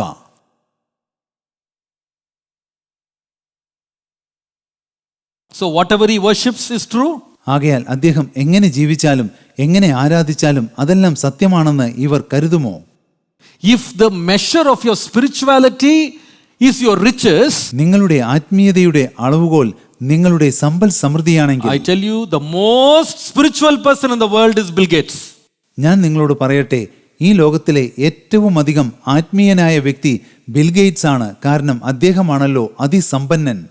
Today all the sermons are going in this direction. ഇന്ന് എല്ലാ പ്രസംഗങ്ങളും ഒരു പരിധിവരെ ഈ വഴിയിലൂടെയാണ് പോകുന്നത്. Messages are about worldly wealth, worldly success, worldly positions, everything about the world. ഇക്കാലത്തെ പല സന്ദേശങ്ങളും ലോകത്തിലെ സമ്പത്തിനെ കുറിച്ച്, ലോകത്തിലെ പദവികളെ കുറിച്ചുള്ള സന്ദേശങ്ങളാണ്. Today the promises that is given is about you will buy expensive cars. ഇന്നത്തെ വാഗ്ദത്തങ്ങളെല്ലാം ഇതുപോലെയാണ്. നിങ്ങൾ തീർച്ചയായും വില കൂടിയ ആഡംബര കാറുകൾ വാങ്ങും. You will buy a 5-bedroom house. നിങ്ങൾ 5 കിടപ്പ് മുറികളുള്ള വലിയ മാളിക പോലെയുള്ള ഒരു വീട് വാങ്ങും. You will hereafter travel only by first class. നിങ്ങൾ ഇനി മുതൽ ഫസ്റ്റ് ക്ലാസ്സിൽ മാത്രമേ യാത്ര ചെയ്യുകയുള്ളൂ. God is blessing you. ദൈവം നിങ്ങളെ സമൃദ്ധിയായി അനുഗ്രഹിക്കുന്നു. You are going to buy jets. നിങ്ങൾ ജെറ്റുകൾ വാങ്ങുവാൻ പോകുകയാണ്. അത്രമാത്രം ഉയരുവാൻ പോകുന്നു. You see where we are going as a church? നോക്കൂ, ഒരു സഭ എന്ന നിലയിൽ നമ്മൾ ഇന്ന് എങ്ങോട്ടാണ് പോയിക്കൊണ്ടിരിക്കുന്നത്? Now the new thing that they have brought up is, ഇപ്പോൾ അവർ പുതുതായി കൊണ്ടുവന്നിരിക്കുന്ന കാര്യം now ഇതാണ്. they have redefined the economic status of Jesus himself. ഇപ്പോൾ അവർ യേശുക്രിസ്തുവിന്റെ ജീവിത ശൈലിയെയും സമ്പത്തിനെ കുറിച്ചുള്ള കാഴ്ചപ്പാടിനെയും അവർ മാറ്റി മറിച്ചിരിക്കുന്നു. Now what they are saying? ഇപ്പോൾ അവർ എന്താണ് പറയുന്നത്? Jesus is not the poor old child who was born in a small place called Bethlehem. യേശു ബെത്ലഹേം എന്ന കൊച്ചു ഗ്രാമത്തിലെ പാവപ്പെട്ട ഒരു വീട്ടിൽ ജനിച്ചു വളർന്ന കുട്ടിയൊന്നുമല്ല. Jesus was a rich man. യേശു സമ്പന്നനായ ഒരു മനുഷ്യനായിരുന്നു. I heard a preacher preach. He says the father of Jesus, Joseph, was not a just carpenter and all. He is actually a big contractor. ഒരു പ്രാസംഗകൻ ഇപ്രകാരം പ്രസംഗിക്കുന്നത് ഞാൻ കേട്ടിട്ടുണ്ട്. യേശുവിന്റെ അപ്പനായ യോസെഫ് ആശാരിയൊന്നുമായിരുന്നില്ല, ഒരു വലിയ കോൺട്രാക്ടർ ആയിരുന്നു. കുത്തക തച്ചനില്ല, അവർ Periya കോൺട്രാക്ടറാണ്. He was designing cities and all. അദ്ദേഹം നഗരങ്ങൾ രൂപകൽപ്പന ചെയ്ത് പണിതുയർത്തുകയായിരുന്നു അത്രേ. And they say, you know what? You see that Jesus is riding on a donkey? അവർ പറയുന്നു, നിങ്ങൾ യേശു കഴുതപ്പുറത്ത് യാത്ര ചെയ്യുന്നത് കണ്ടിട്ടില്ലേ? You don't know about the history. നിങ്ങൾക്ക് അതിന്റെ ചരിത്രമൊന്നും അറിയില്ല. Actually, that day's donkey is today's Mercedes Benz. യഥാർത്ഥത്തിൽ അന്നത്തെ കാലത്ത് കഴുതപ്പുറത്ത് യാത്ര ചെയ്യുക എന്ന് പറഞ്ഞാൽ ഇന്നത്തെ കാലത്ത് മെഴ്സിഡസ് ബെൻസിൽ യാത്ര ചെയ്യുന്നതിനെ തുല്യമാണ്. You know, Judas was carrying the money bag of Jesus. നിങ്ങൾക്കറിയാമോ, യൂദാസ് ആയിരുന്നു യേശുക്രിസ്തുവിന്റെ പണസഞ്ചി ചുമന്നുകൊണ്ട് നടന്നിരുന്നത്. So the image that they create in your mind is like a big bag that you carry on your head. ആകയാൽ ഇതെല്ലാം കേൾക്കുമ്പോൾ യൂദാസ് വലിയൊരു പണസഞ്ചി തലയിൽ ചുമന്നുകൊണ്ടു പോകുന്ന ചിത്രമാണ് നിങ്ങളുടെ മനസ്സിൽ തെളിഞ്ഞു വരിക. I was wondering one day, ഒരു ദിവസം ഞാൻ ചിന്തിക്കുകയായിരുന്നു, if Jesus had so much of cash in his hand, he didn't know how to spend, carrying, somebody carrying. ഒരുപക്ഷെ എങ്ങനെ ചെലവഴിക്കണമെന്ന് പോലും അറിയാത്ത വിധത്തിൽ യേശുവിന്റെ പക്കൽ പണം ഉണ്ടായിരുന്നുവെങ്കിൽ, ശിഷ്യന്മാർ അത് ചുമന്ന് നടക്കുകയായിരുന്നുവെങ്കിൽ. One day Peter comes to Jesus wondering how they are going to pay tax. ഒരു ദിവസം എങ്ങനെയാണ് നികുതി അടയ്ക്കുവാൻ പോകുന്നതെന്നറിയാതെ പത്രോസ് യേശുവിന്റെ അരികിൽ വരുന്നു. Jesus needed only half a penny. യേശുവിന് അര അണ മാത്രമേ ആവശ്യമുണ്ടായിരുന്നുള്ളൂ. Half penny is the tax. അതെ, അര അണയാണ് നികുതി. When he came to Jesus, Jesus would have told him, Peter, don't be worried, go to my treasurer, he has got a lot of money. Pay the tax for all the 12 fellows, including me. അവൻ യേശുവിന്റെ അരികിൽ വന്നിരുന്നുവെങ്കിൽ യേശു ഇപ്രകാരം പറഞ്ഞിരിക്കുമെന്ന് എനിക്ക് തോന്നുന്നു. പത്രോസേ, നീ ഭയപ്പെടേണ്ട, നീ എന്റെ ഗജാഞ്ചിയെ സമീപിക്കൂ, അവന്റെ പക്കൽ ധാരാളം പണമുണ്ട്, നമുക്കെല്ലാവർക്കും വേണ്ടി നികുതി അടയ്ക്കൂ. How did Jesus handle that? യേശു എങ്ങനെയാണ് അത് കൈകാര്യം ചെയ്തത്? Did he put his money in his pocket and then take out the money? യേശു തന്റെ പോക്കറ്റിൽ നിന്ന് പണമെടുത്ത് കൊടുത്തുവോ? Did he ask somebody to give it? അല്ലെങ്കിൽ ആരോടെങ്കിലും പണം കൊടുക്കുവാൻ ആവശ്യപ്പെട്ടുവോ? He said, go and catch one fish, there will be a silver coin for you and me paid. യേശു പറഞ്ഞു, നീ കടലിൽ പോയി ചൂണ്ടയിട്ട് ഒരു മീനെ പിടിക്കൂ, ആ മീനിന്റെ വായിൽ ഒരു വെള്ളി നാണയം ഉണ്ടായിരിക്കും, അത് എനിക്കും നിനക്കും വേണ്ടി നികുതി I കൊടുക്കും. want you to consider the following. ഇനി പറയുന്ന കാര്യങ്ങൾ നിങ്ങൾ ശ്രദ്ധയോടെ കേൾക്കണമെന്ന് ഞാൻ ആഗ്രഹിക്കുന്നു. In the case of Jesus, യേശു ക്രിസ്തുവിന്റെ കാര്യത്തിൽ he always preached from borrowed boats. യേശു എല്ലായ്പ്പോഴും കടം വാങ്ങിയ പടകിൽ നിന്നുകൊണ്ടാണ് സുവിശേഷം പ്രഘോഷിച്ചത്. None of the boats was his own. ഒരു പടകും യേശുവിന്റെ സ്വന്തമായിരുന്നില്ല. യേശു കടം വാങ്ങിയ പടകിൽ നിന്നുകൊണ്ടാണ് സുവിശേഷം പറഞ്ഞത്. He is very rich man. യേശു വലിയ പണക്കാരനായിരുന്നുവത്രേ. Jesus, യേശു ക്രിസ്തു when he wanted to multiply the food for 5,000 people, he borrowed it from a small boy. അപ്പത്തെ അനുഗ്രഹിച്ച് വർദ്ധിപ്പിച്ച് 5000 പേരെ പോഷിപ്പിക്കുവാൻ തീരുമാനിച്ചപ്പോൾ ആദ്യത്തെ അപ്പം ഒരു ബാലന്റെ പക്കൽ നിന്നാണ് യേശു കടമായി വാങ്ങിയത്. What a rich man. യേശു എത്ര വലിയ ധനികനാണെന്ന് നോക്കുവിൻ. When Jesus had this triumphal entry into Jerusalem, യേശു വിജയകരമായി യെരുശലേം നഗരത്തിലേക്ക് പ്രവേശിച്ചപ്പോൾ he took a borrowed donkey's colt and came on that. യേശു ഒരു കഴുതയെ കടം വാങ്ങി ആ കഴുതയുടെ പുറത്തിരുന്നാണ് അങ്ങോട്ട് വന്നത്. What a rich man. ഓ, യേശു എത്ര വലിയ ധനികനായിരുന്നു. And after he died, യേശു മരിച്ചതിന് ശേഷം he was buried in a borrowed tomb of Joseph of Arimathea. What a rich man. അരിമത്യക്കാരനായ യൗസേഫിൽ നിന്ന് കടം വാങ്ങിയ കല്ലറയിലാണ് യേശുവിന്റെ ശരീരം അടക്കം ചെയ്തത്. സത്യമായും യേശു ധനികനായിരുന്നില്ലേ? Be careful these last days. അന്ത്യകാലത്ത് നിങ്ങൾ ജാഗ്രതയോടെ ഇരിപ്പിൻ. I'm not saying we should not be rich. നമ്മൾ ധനികരാകരുതെന്നല്ല ഞാൻ പറയുന്നത്. But when you start defining that your riches is the sign of your spiritual prosperity, we are in a erroneous gospel. എന്നാൽ നിങ്ങളുടെ ആത്മീയ വളർച്ചയുടെ ലക്ഷണമെന്ന നിലയിൽ നിങ്ങൾ നിങ്ങളുടെ സമ്പൽ സമൃദ്ധി ഉയർത്തി കാണിക്കുകയാണെങ്കിൽ നിങ്ങൾ വളരെ വ്യാജമായ തെറ്റായ ഒരു ഉപദേശമാണ് മുന്നോട്ട് വയ്ക്കുന്നത്. All rich people necessarily need not be very spiritual. ധനികരായ എല്ലാവരും ആത്മീയരാണെന്ന് പറയുവാൻ നമുക്കൊരിക്കലും സാധിക്കുകയില്ല. And all poor people need not be worldly.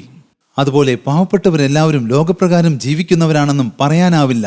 Whether you are rich or poor in this world, it doesn't matter before ഈ God. ലോകത്തിൽ നിങ്ങൾ പാവപ്പെട്ടവരായാലും ധനികന്മാരായാലും ശരി, ദൈവം അതൊന്നും കണക്കിലെടുക്കുകയില്ല. We have to be rich before God. നമ്മൾ ദൈവവിഷയമായി സമ്പന്നരാകണം. Hallelujah. Hallelujah. Come to Revelation 3:17. നിങ്ങൾ വെളിപ്പാട് 3:17 വാക്യം വായിച്ചു നോക്കുവിൻ. അവിടെ എന്താണ് പറയുന്നത്? Look at what the word of God comes to that church. ആ സഭയ്ക്ക് ദൈവത്തിൽ നിന്ന് ലഭിക്കുന്ന വചനം എന്താണെന്ന് You നോക്കുവിൻ. say, I am rich, I have acquired wealth and do not need a thing. But you do not realize that you are wretched, pitiful, poor, blind and naked. നിങ്ങൾ വെളിപ്പാട് 3:17 വാക്യം വായിച്ചു നോക്കുവിൻ. അവിടെ എന്താണ് പറയുന്നത്? ഞാൻ ധനവാൻ, സമ്പന്നനായിരിക്കുന്നു, എനിക്കൊന്നിനും മുട്ടില്ല എന്ന് നീ പറയുന്നു. എന്നാൽ നീ നിർഭാഗ്യനും അരിഷ്ടനും ദരിദ്രനും കുരുടനും നഗ്നനുമാണെന്ന യാഥാർത്ഥ്യം നീ തിരിച്ചറിയുന്നില്ല. What is he saying? അവിടെ അവൻ എന്താണ് പറയുന്നത്? I am very rich. ഞാൻ ധനികനായിരിക്കുന്നു, ഞാൻ സമ്പന്നനാണ്, I have acquired lot of wealth. എനിക്ക് ധാരാളം സമ്പത്തുണ്ട്, I have no need of anything. എനിക്ക് ഒന്നിനും മുട്ടില്ല. That is his judgment. അത് അവന്റെ കാഴ്ചപ്പാടാണ്. But what is God's understanding of the same person? എന്നാൽ ദൈവം ആ വ്യക്തിയെ എങ്ങനെയാണ് മനസ്സിലാക്കിയിരിക്കുന്നത്?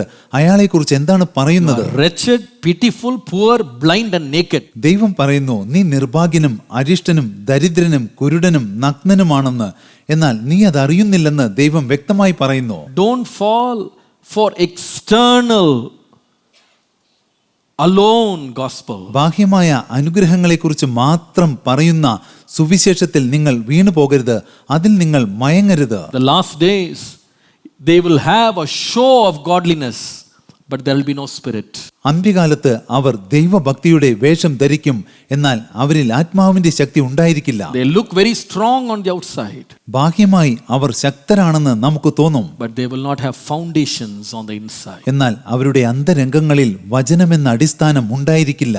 My prayer is God will open our eyes and make us understand that whether we have money or not, the most important thing is our foundation is on Jesus Christ. നമ്മുടെ പക്കൽ പണം ഉണ്ടെങ്കിലും ഇല്ലെങ്കിലും ശരി, നമ്മുടെ അടിസ്ഥാനം യേശുക്രിസ്തുവിലായിരിക്കണം. അതാണ് പ്രധാനപ്പെട്ട കാര്യം. അതിനുവേണ്ടിയാണ് ഇനിയുള്ള എൻ്റെ പ്രാർത്ഥനകൾ. Hallelujah. Hallelujah, Hallelujah. Hallelujah. Even if we have to lose everything to follow Christ, I think that is the greatest blessing. ക്രിസ്തുവിനെ അനുഗമിക്കുന്നതിനു വേണ്ടി നമുക്ക് നമ്മുടെ സമ്പത്തെല്ലാം നഷ്ടപ്പെടുത്തേണ്ടി വന്നാലും അതാണ് ഏറ്റവും വലിയ അനുഗ്രഹമെന്ന് ഞാൻ കരുതുന്നു. Hallelujah. Hallelujah. Jesus looked at the rich young man and said, യേശു ധനികനായ ആ യൗവനക്കാരനോട് പറഞ്ഞു, you want to follow me? നിനക്കെന്നെ അനുഗമിക്കണമോ? Sell all you have, give it to the poor and then follow me. നിനക്കുള്ള സകലതും വിറ്റ് ദരിദ്രന്മാർക്ക് കൊടുക്ക, പിന്നെ വന്ന് എന്നെ അനുഗമിക്കാം. Having riches in this world is not the indicator of your spiritual growth. ഈ ലോകത്തിൽ നിങ്ങൾക്ക് സമ്പൽ സമൃദ്ധി ഉണ്ടെങ്കിൽ നിങ്ങളുടെ ആത്മീയ വളർച്ചയുടെ അളവുകോൽ അതല്ല.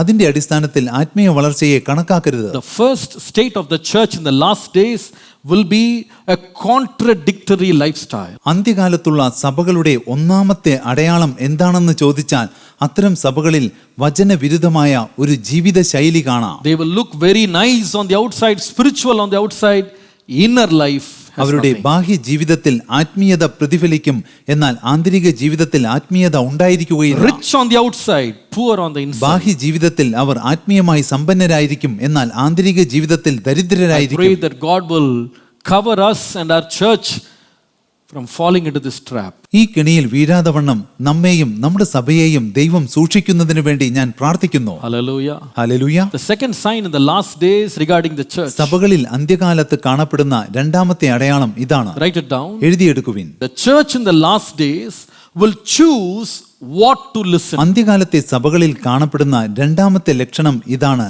എന്താണ് കേൾക്കേണ്ടതെന്ന് അവർ തീരുമാനിക്കും, അത് മാത്രമേ അവർ കേൾക്കുകയുള്ളൂ. 2 Timothy 4:3-4. 2 തിമോത്തിയോസ് 4:3 മുതൽ 4 വരെയുള്ള വാക്യങ്ങൾ. For the time will come when people will not put up with sound doctrine. Instead, to suit their own desires, they will gather around them a great number of teachers to say what their itching ears want to hear. They will turn their ears away from the truth and turn aside to myths or fables. അവർ പത്യോപദേശം പൊറുക്കാതെ കർണരസമാകുമാറ് സ്വന്തം മോഹങ്ങൾക്കൊത്തവണ്ണം ഉപദേഷ്ടാക്കന്മാരെ പെരുക്കുകയും സത്യത്തിന് ചെവി കൊടുക്കാതെ കെട്ടുകഥ കേൾപ്പാൻ തിരിയുകയും ചെയ്യുന്ന കാലം വരും. Praise be to God.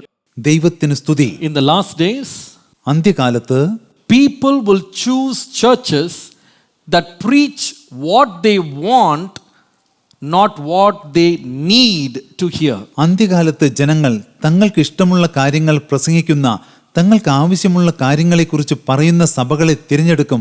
എന്നാൽ തങ്ങളുടെ ആത്മീയ വളർച്ചയ്ക്ക് ആവശ്യമായ കാര്യങ്ങളെക്കുറിച്ച് പ്രസംഗിക്കുന്ന സഭകളെ അവർ തിരഞ്ഞെടുക്കുകയില്ല. They would choose preachers who will give them temporary pleasure, temporary joy.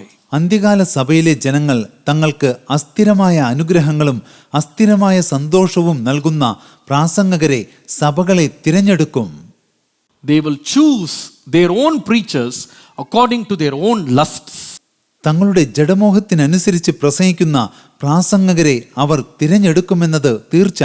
We see that the Lord had promised that He will give shepherds according to His own heart. വചനം ഇപ്രകാരം പറയുന്നു, ദൈവം തന്റെ ഹൃദയത്തിന് ബോധിച്ച ഇടയന്മാരെ നിങ്ങൾക്ക് നൽകുമെന്ന്. But today, എന്നാൽ ഇന്ന് the story will be different in the last days. അന്ത്യകാലത്ത് കഥയെല്ലാം തലകീഴായിരിക്കുന്നു. They will not seek God's direction to find out their own pastors, but they will choose pastors according to their own lust, their own desire, their own whim and their own fancy. തങ്ങൾക്ക് സ്വന്തം എന്ന പോലെയുള്ള പാസ്റ്റർമാരെ തിരഞ്ഞെടുക്കുവാൻ അവർ ദൈവത്തിന്റെ മാർഗനിർദ്ദേശം അന്വേഷിച്ച് പോകുകയില്ല. അവർ സ്വന്തം ആഗ്രഹപ്രകാരം അവർക്ക് ഇഷ്ടപ്പെടുന്ന കാര്യങ്ങൾ പ്രസംഗിക്കുന്ന പാസ്റ്റർമാരെ തിരഞ്ഞെടുക്കും. So they will demand what to be preached. കൂടാതെ എന്തെല്ലാം കാര്യങ്ങളെക്കുറിച്ചാണ് പ്രസംഗിക്കേണ്ടതെന്ന് അവർ പാസ്റ്റർമാരോട് പറയുകയും ചെയ്യും. They will like a preaching if it is to their liking. തങ്ങളുടെ ഇഷ്ടത്തിനനുസരിച്ച ആഗ്രഹത്തിനനുസരിച്ച പ്രസംഗങ്ങൾ അവർ ഇഷ്ടപ്പെടുകയും ചെയ്യും. If it is not to their liking, അത് അവർക്ക് ഇഷ്ടപ്പെട്ടില്ലെങ്കിൽ, if it doesn't match with their lust, they will walk away. അവർ കേൾക്കുന്ന സന്ദേശം അവരുടെ ജഡമോഹത്തിനനുസരിച്ച സന്ദേശമല്ലെങ്കിൽ അവർ ഉടനടി ആ സ്ഥലം വിട്ടു പോകും. 1 Timothy chapter 4 and verse 1. 1 Timotheos 4:1 The Spirit clearly says that in the later times some will abandon the faith and follow deceiving spirits and things taught by demons. 1 Timotheos 4:1 എന്നാൽ ഭാവി കാലത്ത് ചിലർ വ്യാജാത്മാക്കളെയും ഭൂതങ്ങളുടെ ഉപദേശങ്ങളെയും ആശ്രയിച്ച് ബോഷ്ക്ക് പറയുന്നവരുടെ കപടത്താൽ വിശ്വാസം ത്യജിക്കുമെന്ന് ആത്മാവ് തെളിവായി പറയുന്നു. 2 Timothy 3:13. 2 Timotheos 3:13 Evil doers and impostors will go from bad to worse, deceiving and being deceived. 2 Timotheos 3:13 ദുഷ്ടമനുഷ്യരും മായാവികളും വഞ്ചിച്ചും വഞ്ചിക്കപ്പെട്ടും കൊണ്ട് മേൽക്കുമേൽ ദോഷത്തിൽ മുതിർന്നുവരും. The last days, this is how it will be. അതെ, അന്ത്യകാലം ഇപ്രകാരമായിരിക്കും. So they will preach things that will deceive themselves and deceive others. ആകയാൽ അവർ പറയുന്ന കാര്യങ്ങൾ അവരെയും വഞ്ചിക്കും, അതുപോലെ തന്നെ മറ്റുള്ളവരെയും വഞ്ചിക്കും. And the Bible is shockingly revealing that it happens through deceiving spirits. വ്യാജാത്മാക്കൾ മുഖാന്തരം ഇത്തരം കാര്യങ്ങൾ സംഭവിക്കുന്നുവെന്ന് വേദപുസ്തകം വ്യക്തമായി വെളിപ്പെടുത്തിയിരിക്കുന്നു. Deceiving spirits. വ്യാജാത്മാക്കളാൽ ഇതെല്ലാം സംഭവിക്കുന്നു. How cautious we should be when we listen to a preaching. അതെ, ഒരു പ്രസംഗം കേൾക്കുമ്പോൾ നാം എത്രമാത്രം ജാഗ്രതയോടെ ഇരിക്കണമെന്ന് ചിന്തിച്ചു നോക്കുവിൻ. Without the knowledge of the word of God, we can be deceived in a moment's notice. നിങ്ങൾക്ക് ദൈവവചനത്തെക്കുറിച്ച് പരിജ്ഞാനമില്ലെങ്കിൽ അത്തരം പ്രസംഗങ്ങളാൽ നിങ്ങൾ വഞ്ചിക്കപ്പെടും. That's why today churches are becoming seeker friendly churches. അതുകൊണ്ടാണ് ഇന്ന് പല സഭകളും ജനങ്ങളെ പ്രസാദിപ്പിക്കുന്ന, ജനങ്ങളോട് വളരെ സൗഹൃദമായി ഇടപെടുന്ന സഭകളായി മാറിയിരിക്കുന്നത്. They are catering to the needs of seekers, newcomers who come inside the church. ഇന്നത്തെ സഭകൾ സഭയിലേക്ക് പുതുതായി വരുന്നവരുടെ ആവശ്യങ്ങൾ നിറവേറ്റുന്ന സഭകളായി മാറിയിരിക്കുന്നു. They want to be men pleasers than God pleasers. അവർ ദൈവത്തെ പ്രസാദിപ്പിക്കുന്നതിനേക്കാൾ അധികമായി മനുഷ്യരെ പ്രസാദിപ്പിക്കുവാൻ ആഗ്രഹിക്കുന്നു. Therefore, instead of preaching the word of God without difference, they go and preach very motivational sermons. അതുകൊണ്ടാണ് ദൈവത്തിന്റെ വചനം പ്രഘോഷിക്കുന്നതിന് പകരം അവർ ജനങ്ങൾക്ക് പ്രചോദനം നൽകുന്ന വിഷയങ്ങളെക്കുറിച്ച് സംസാരിക്കുന്നത്. Now the Bible says the last days people will be interested in listening to lot of stories. ഇപ്പോൾ വചനം പറയുന്നു അന്ത്യകാലത്ത് ജനങ്ങൾ കെട്ടുകഥകൾ കേൾക്കുവാൻ വളരെയധികം ഇഷ്ടപ്പെടുമെന്ന്. And today the preachers also love to speak only stories. ഇന്ന് പ്രാസംഗകരും കെട്ടുകഥകളെക്കുറിച്ചാണ് കൂടുതൽ പറയുന്നത്. I think earlier pastors used to, preachers used to search for stories to illustrate their sermon. ആദ്യകാലങ്ങളിൽ തങ്ങളുടെ പ്രസംഗ വിഷയങ്ങൾ ജനങ്ങൾക്ക് മനസ്സിലാകുന്നതിന് വേണ്ടി പാസ്റ്റർമാർ ചെറിയ ചെറിയ കഥകൾ പറയാറുണ്ടായിരുന്നു. But today the whole thing is turned the other way. എന്നാൽ ഇന്ന് സകലതും തലകീഴായി മാറിയിരിക്കുന്നു. The sermon is a story and in the end there is one single verse. പ്രസംഗം തന്നെ ഒരു കഥയായി തീർന്നിരിക്കുന്നു. അവസാനം മാത്രം ഒരു വേദവാക്യം പറയും. Now the introduction is, I was reading this story and I remembered a verse. ഇപ്രകാരമാണ് പലരും പ്രസംഗം തുടങ്ങുന്നത്. ഞാൻ ഈ കഥ വായിച്ചുകൊണ്ടിരുന്നപ്പോൾ എനിക്ക് ഒരു വചനം ഓർമ്മ വന്നു. And therefore the message is a story, in the end as a topping there is a verse. ആയതുകൊണ്ട് സന്ദേശം മുഴുവൻ ഒരു കഥയായിരിക്കും, അവസാനം മാത്രം ഒരു വേദവചനം പറയും. Gone are the days when people used to start a service with reverence in prayer, with a scripture reading, singing worship songs. These are slowly fading away. മുൻകാലങ്ങളിൽ ജനങ്ങൾ ഒരു ആരാധന ആരംഭിക്കുമ്പോൾ ആദ്യം ഭയഭക്തിയോടുകൂടി പ്രാർത്ഥിക്കും, പിന്നെ വചനം വായിക്കും, ആരാധനാ ഗീതങ്ങൾ ആലപിക്കും. ഇതെല്ലാം മാഞ്ഞു പോയിക്കൊണ്ടിരിക്കുകയാണ്. There are some churches which start their services with a trailer movie trailer. ഇക്കാലത്ത് ചില സഭകളുണ്ട്. ആ സഭകളിൽ ആരാധനകൾ ആരംഭിക്കുന്നത് ഒരു ട്രെയിലർ മൂവി അവതരിപ്പിച്ചുകൊണ്ടാണ്. പിന്നീടാണ് അവർ ആരാധനകൾ ആരംഭിക്കുക. There are churches today where after the service the pastor is announcing, Today, after church, as a church, we have booked this movie in this theater. Let's go and watch the movie. ഇന്ന് ചില സഭകളിൽ ഇപ്രകാരവും സംഭവിക്കുന്നുണ്ട്. ആരാധനയ്ക്ക് ശേഷം pastor ഇപ്രകാരം വിളിച്ചു പറയും, ഇന്ന് നമ്മൾ ഒരു സിനിമയ്ക്ക് ടിക്കറ്റ് ബുക്ക് ചെയ്തിട്ടുണ്ട്, സഭയായി നമുക്ക് പോയി കാണാം. Let's all go and enjoy a movie. നമുക്ക് എല്ലാവർക്കും സന്തോഷത്തോടെ പോയി ഒരു മൂവി ആസ്വദിക്കാം. What is the explanation? ഇതിനുള്ള വിശദീകരണം എന്താണെന്നറിയാമോ?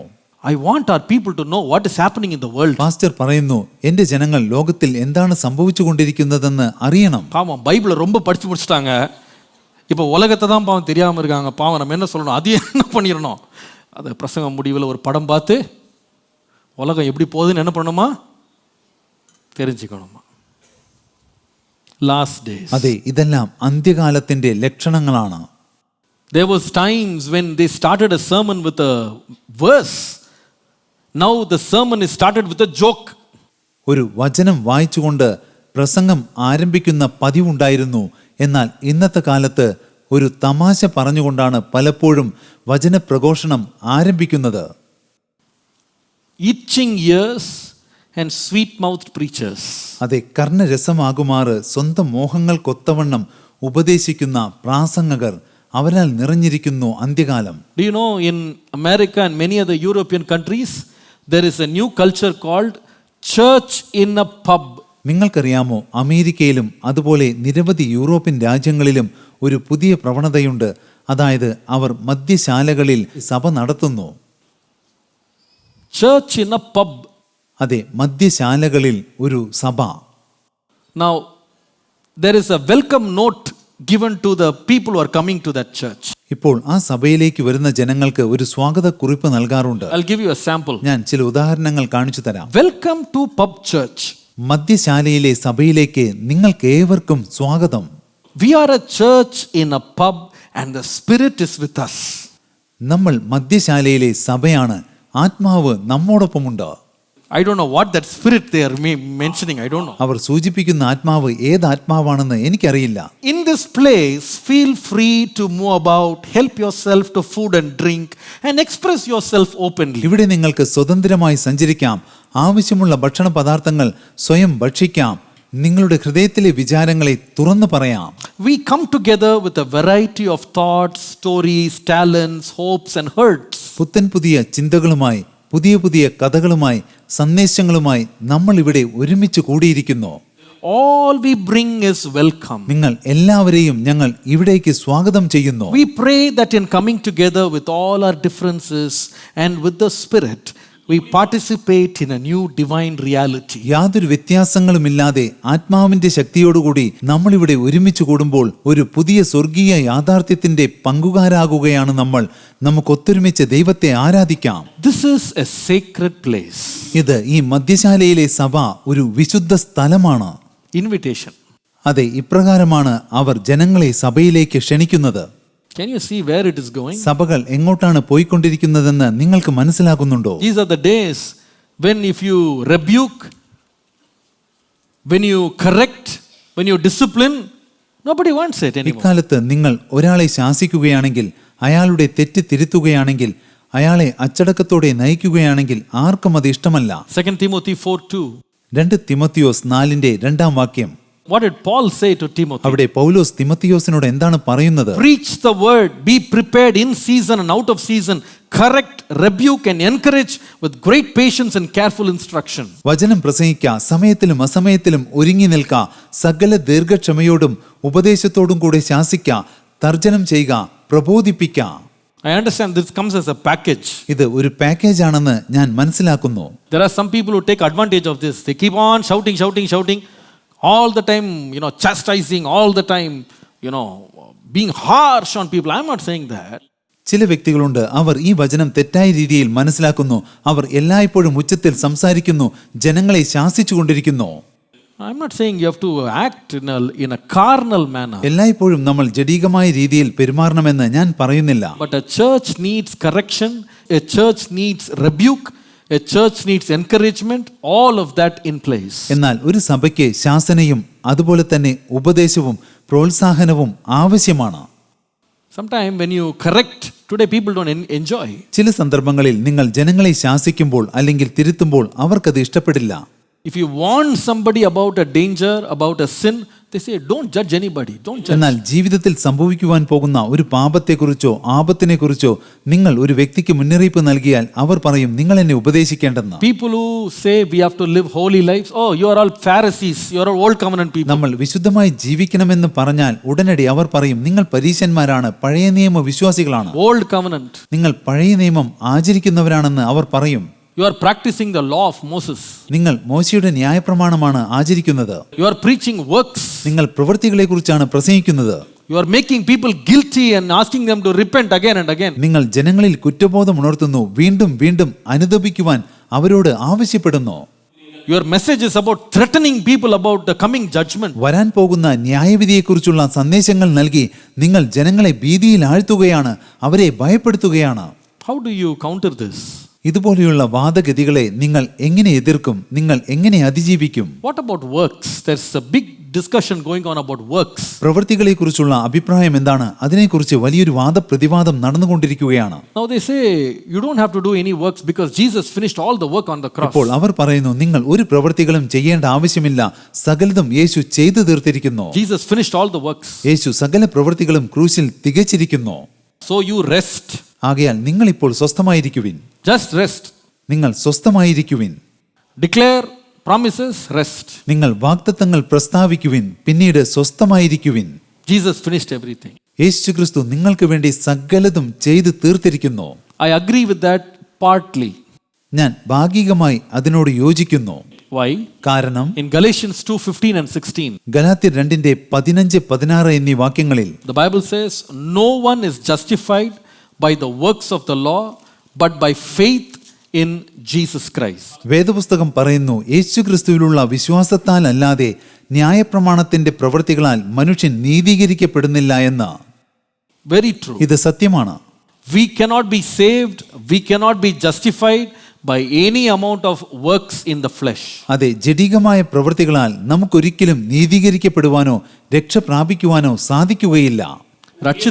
രക്ഷ പ്രാപിക്കുവാനോ സാധിക്കുകയില്ല. നീതിമാനാക മുടിയാതെ. You cannot be justified. നിങ്ങൾക്ക് നീതീകരിക്കപ്പെടാനാവില്ല. You cannot be justified. നീതീകരിക്കപ്പെടാനാവില്ല. It is very true. അത് വളരെ സത്യമാണ്. But there is another side to this coin. എന്നാൽ ഈ നാണയത്തിന് ഒരു മറുവശമുണ്ട്. Ephesians 2:8-10. എഫേസ്യർ 2:8-10 വരെയുള്ള വാക്യങ്ങൾ വായിച്ചു നോക്കുവിൻ. For by grace you are saved through faith, and not of yourselves.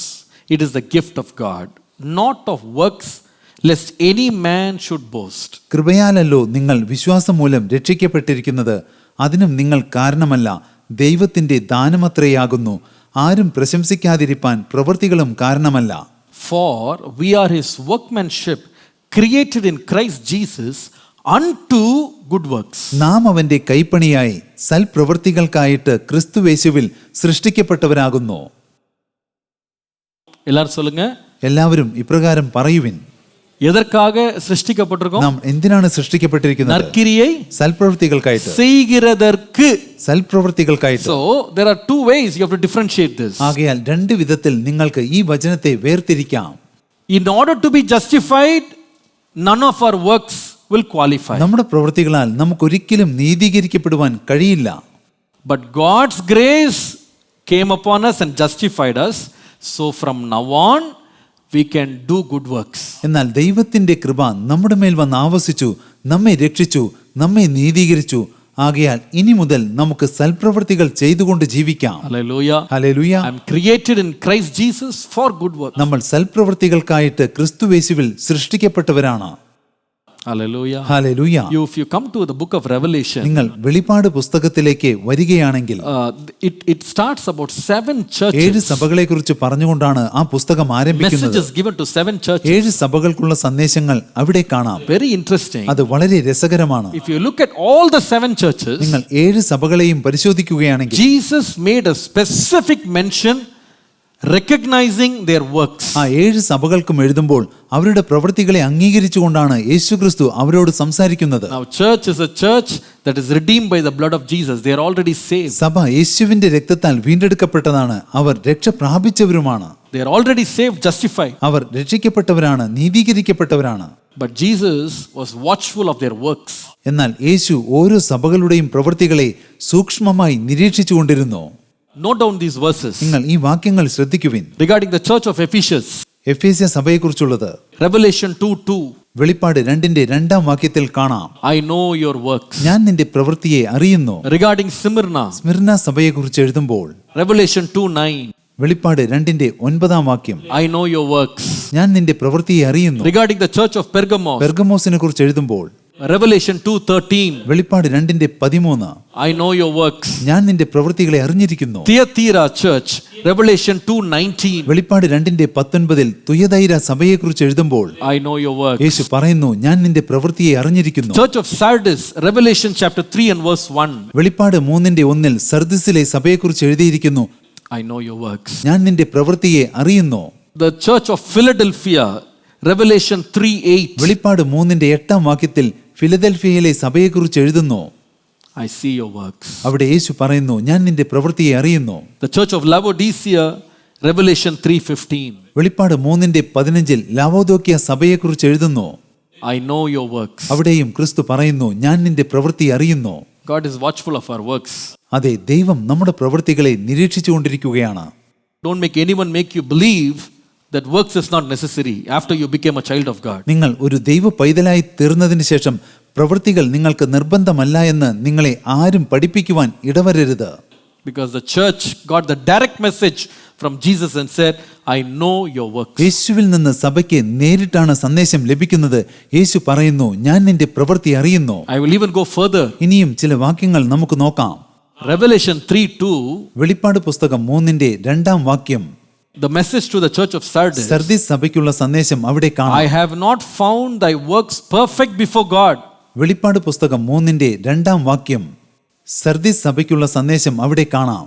അവിടെ യേശുക്രിസ്തു പറയുന്നു, ഞാൻ നിന്റെ പ്രവൃത്തി എന്റെ ദൈവത്തിന്റെ സന്നിധിയിൽ പൂർണ്ണതയുള്ളതായി കണ്ടില്ല എന്ന്. He is encouraging them to say, I didn't see your works perfect. നിന്റെ പ്രവൃത്തിക്ക് പൂർണ്ണതയില്ല എന്ന് പറഞ്ഞുകൊണ്ട് കൂടുതൽ നന്നായി പ്രവർത്തിക്കുന്നതിനെ അവരെ യേശുക്രിസ്തു If you come to പ്രോത്സാഹിപ്പിക്കുന്നു. Revelation 2:5. നിങ്ങൾ വെളിപ്പാട് 2:5 വാക്യം വായിക്കുകയാണെങ്കിൽ For a church that lost its first love. ആദ്യ സ്നേഹം നഷ്ടപ്പെട്ട സഭയോട് യേശുക്രിസ്തു What did Jesus say? എന്താണ് പറയുന്നത്? Remember therefore from where you are fallen and repent and do your first works. നീ ഏതിൽ നിന്ന് വീണിരിക്കുന്നു എന്ന് ഓർത്ത് മാനസാന്തരപ്പെട്ട് ആദ്യത്തെ പ്രവൃത്തി ചെയ്യുക എന്ന് യേശുക്രിസ്തു വ്യക്തമായി പറയുന്നു. He goes even deeper. He says in Revelation 2:23. വെളിപ്പാട് 2:23 വാക്യത്തിൽ യേശുക്രിസ്തു വീണ്ടും പറയുന്നു. The last part says, അവസാനത്തെ ഭാഗം പറയുന്നു, I will give unto every one of you according to your works. നിങ്ങളുടെ പ്രവൃത്തിക്ക് തക്കവണ്ണം ഞാൻ നിങ്ങൾക്ക് ഏവർക്കും പകരം ചെയ്യുമെന്ന് യേശുക്രിസ്തു വ്യക്തമായി പറയുന്നു. விசுவாசத்தின்படி இல்லைங்க, எப்படி? அவனவனுடைய கிரியைகளுக்கு தக்க பலன் என்னோடு வருகிறது.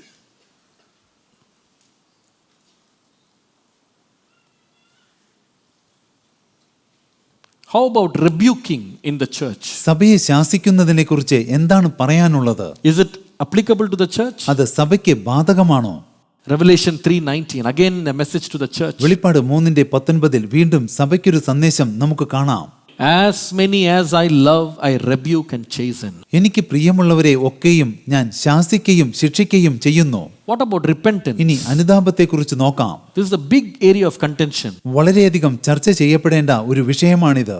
When we quote the verse from Epistle of John, if anyone says that I am not a sinner, he is a liar and the truth is not in him. യോഹന്നാന്റെ 1-ാം ലേഖനത്തിൽ നാം ഇപ്രകാരം കാണുന്നുണ്ട്, ആരെങ്കിലും ഒരാൾ തനിക്ക് പാപമില്ലെന്ന് പറയുകയാണെങ്കിൽ ആ വ്യക്തി കള്ളനാണ്, അയാളിൽ സത്യമില്ലെന്ന് വചനം പറയുന്നു. So it says, if we confess our sins, he is faithful and just to forgive us of all our unrighteousness. എന്നാൽ നാം നമ്മുടെ പാപങ്ങൾ ഏറ്റു പറയുകയാണെങ്കിൽ നമ്മോട് ക്ഷമിക്കുവാൻ തക്കവണ്ണം ദൈവം വിശ്വസ്തനും നീതിമാനുമാകുന്നു. So when we say that verse, they say, oh, this is not written for believers, it is written for unbelievers. നമ്മൾ ആ വചനം വായിക്കുമ്പോൾ ഇപ്രകാരം പറയാറുണ്ട്, ഇത് എനിക്കുള്ള വചനമല്ല, അവിശ്വാസികൾക്കുള്ള വചനമാണ്. You are only forgiven once. നിങ്ങൾ പാപക്ഷമ പ്രാപിച്ചവരാണ്. And forever you are forgiven. നിങ്ങൾ എന്നേക്കും പാപക്ഷമ പ്രാപിച്ചവരാണ്.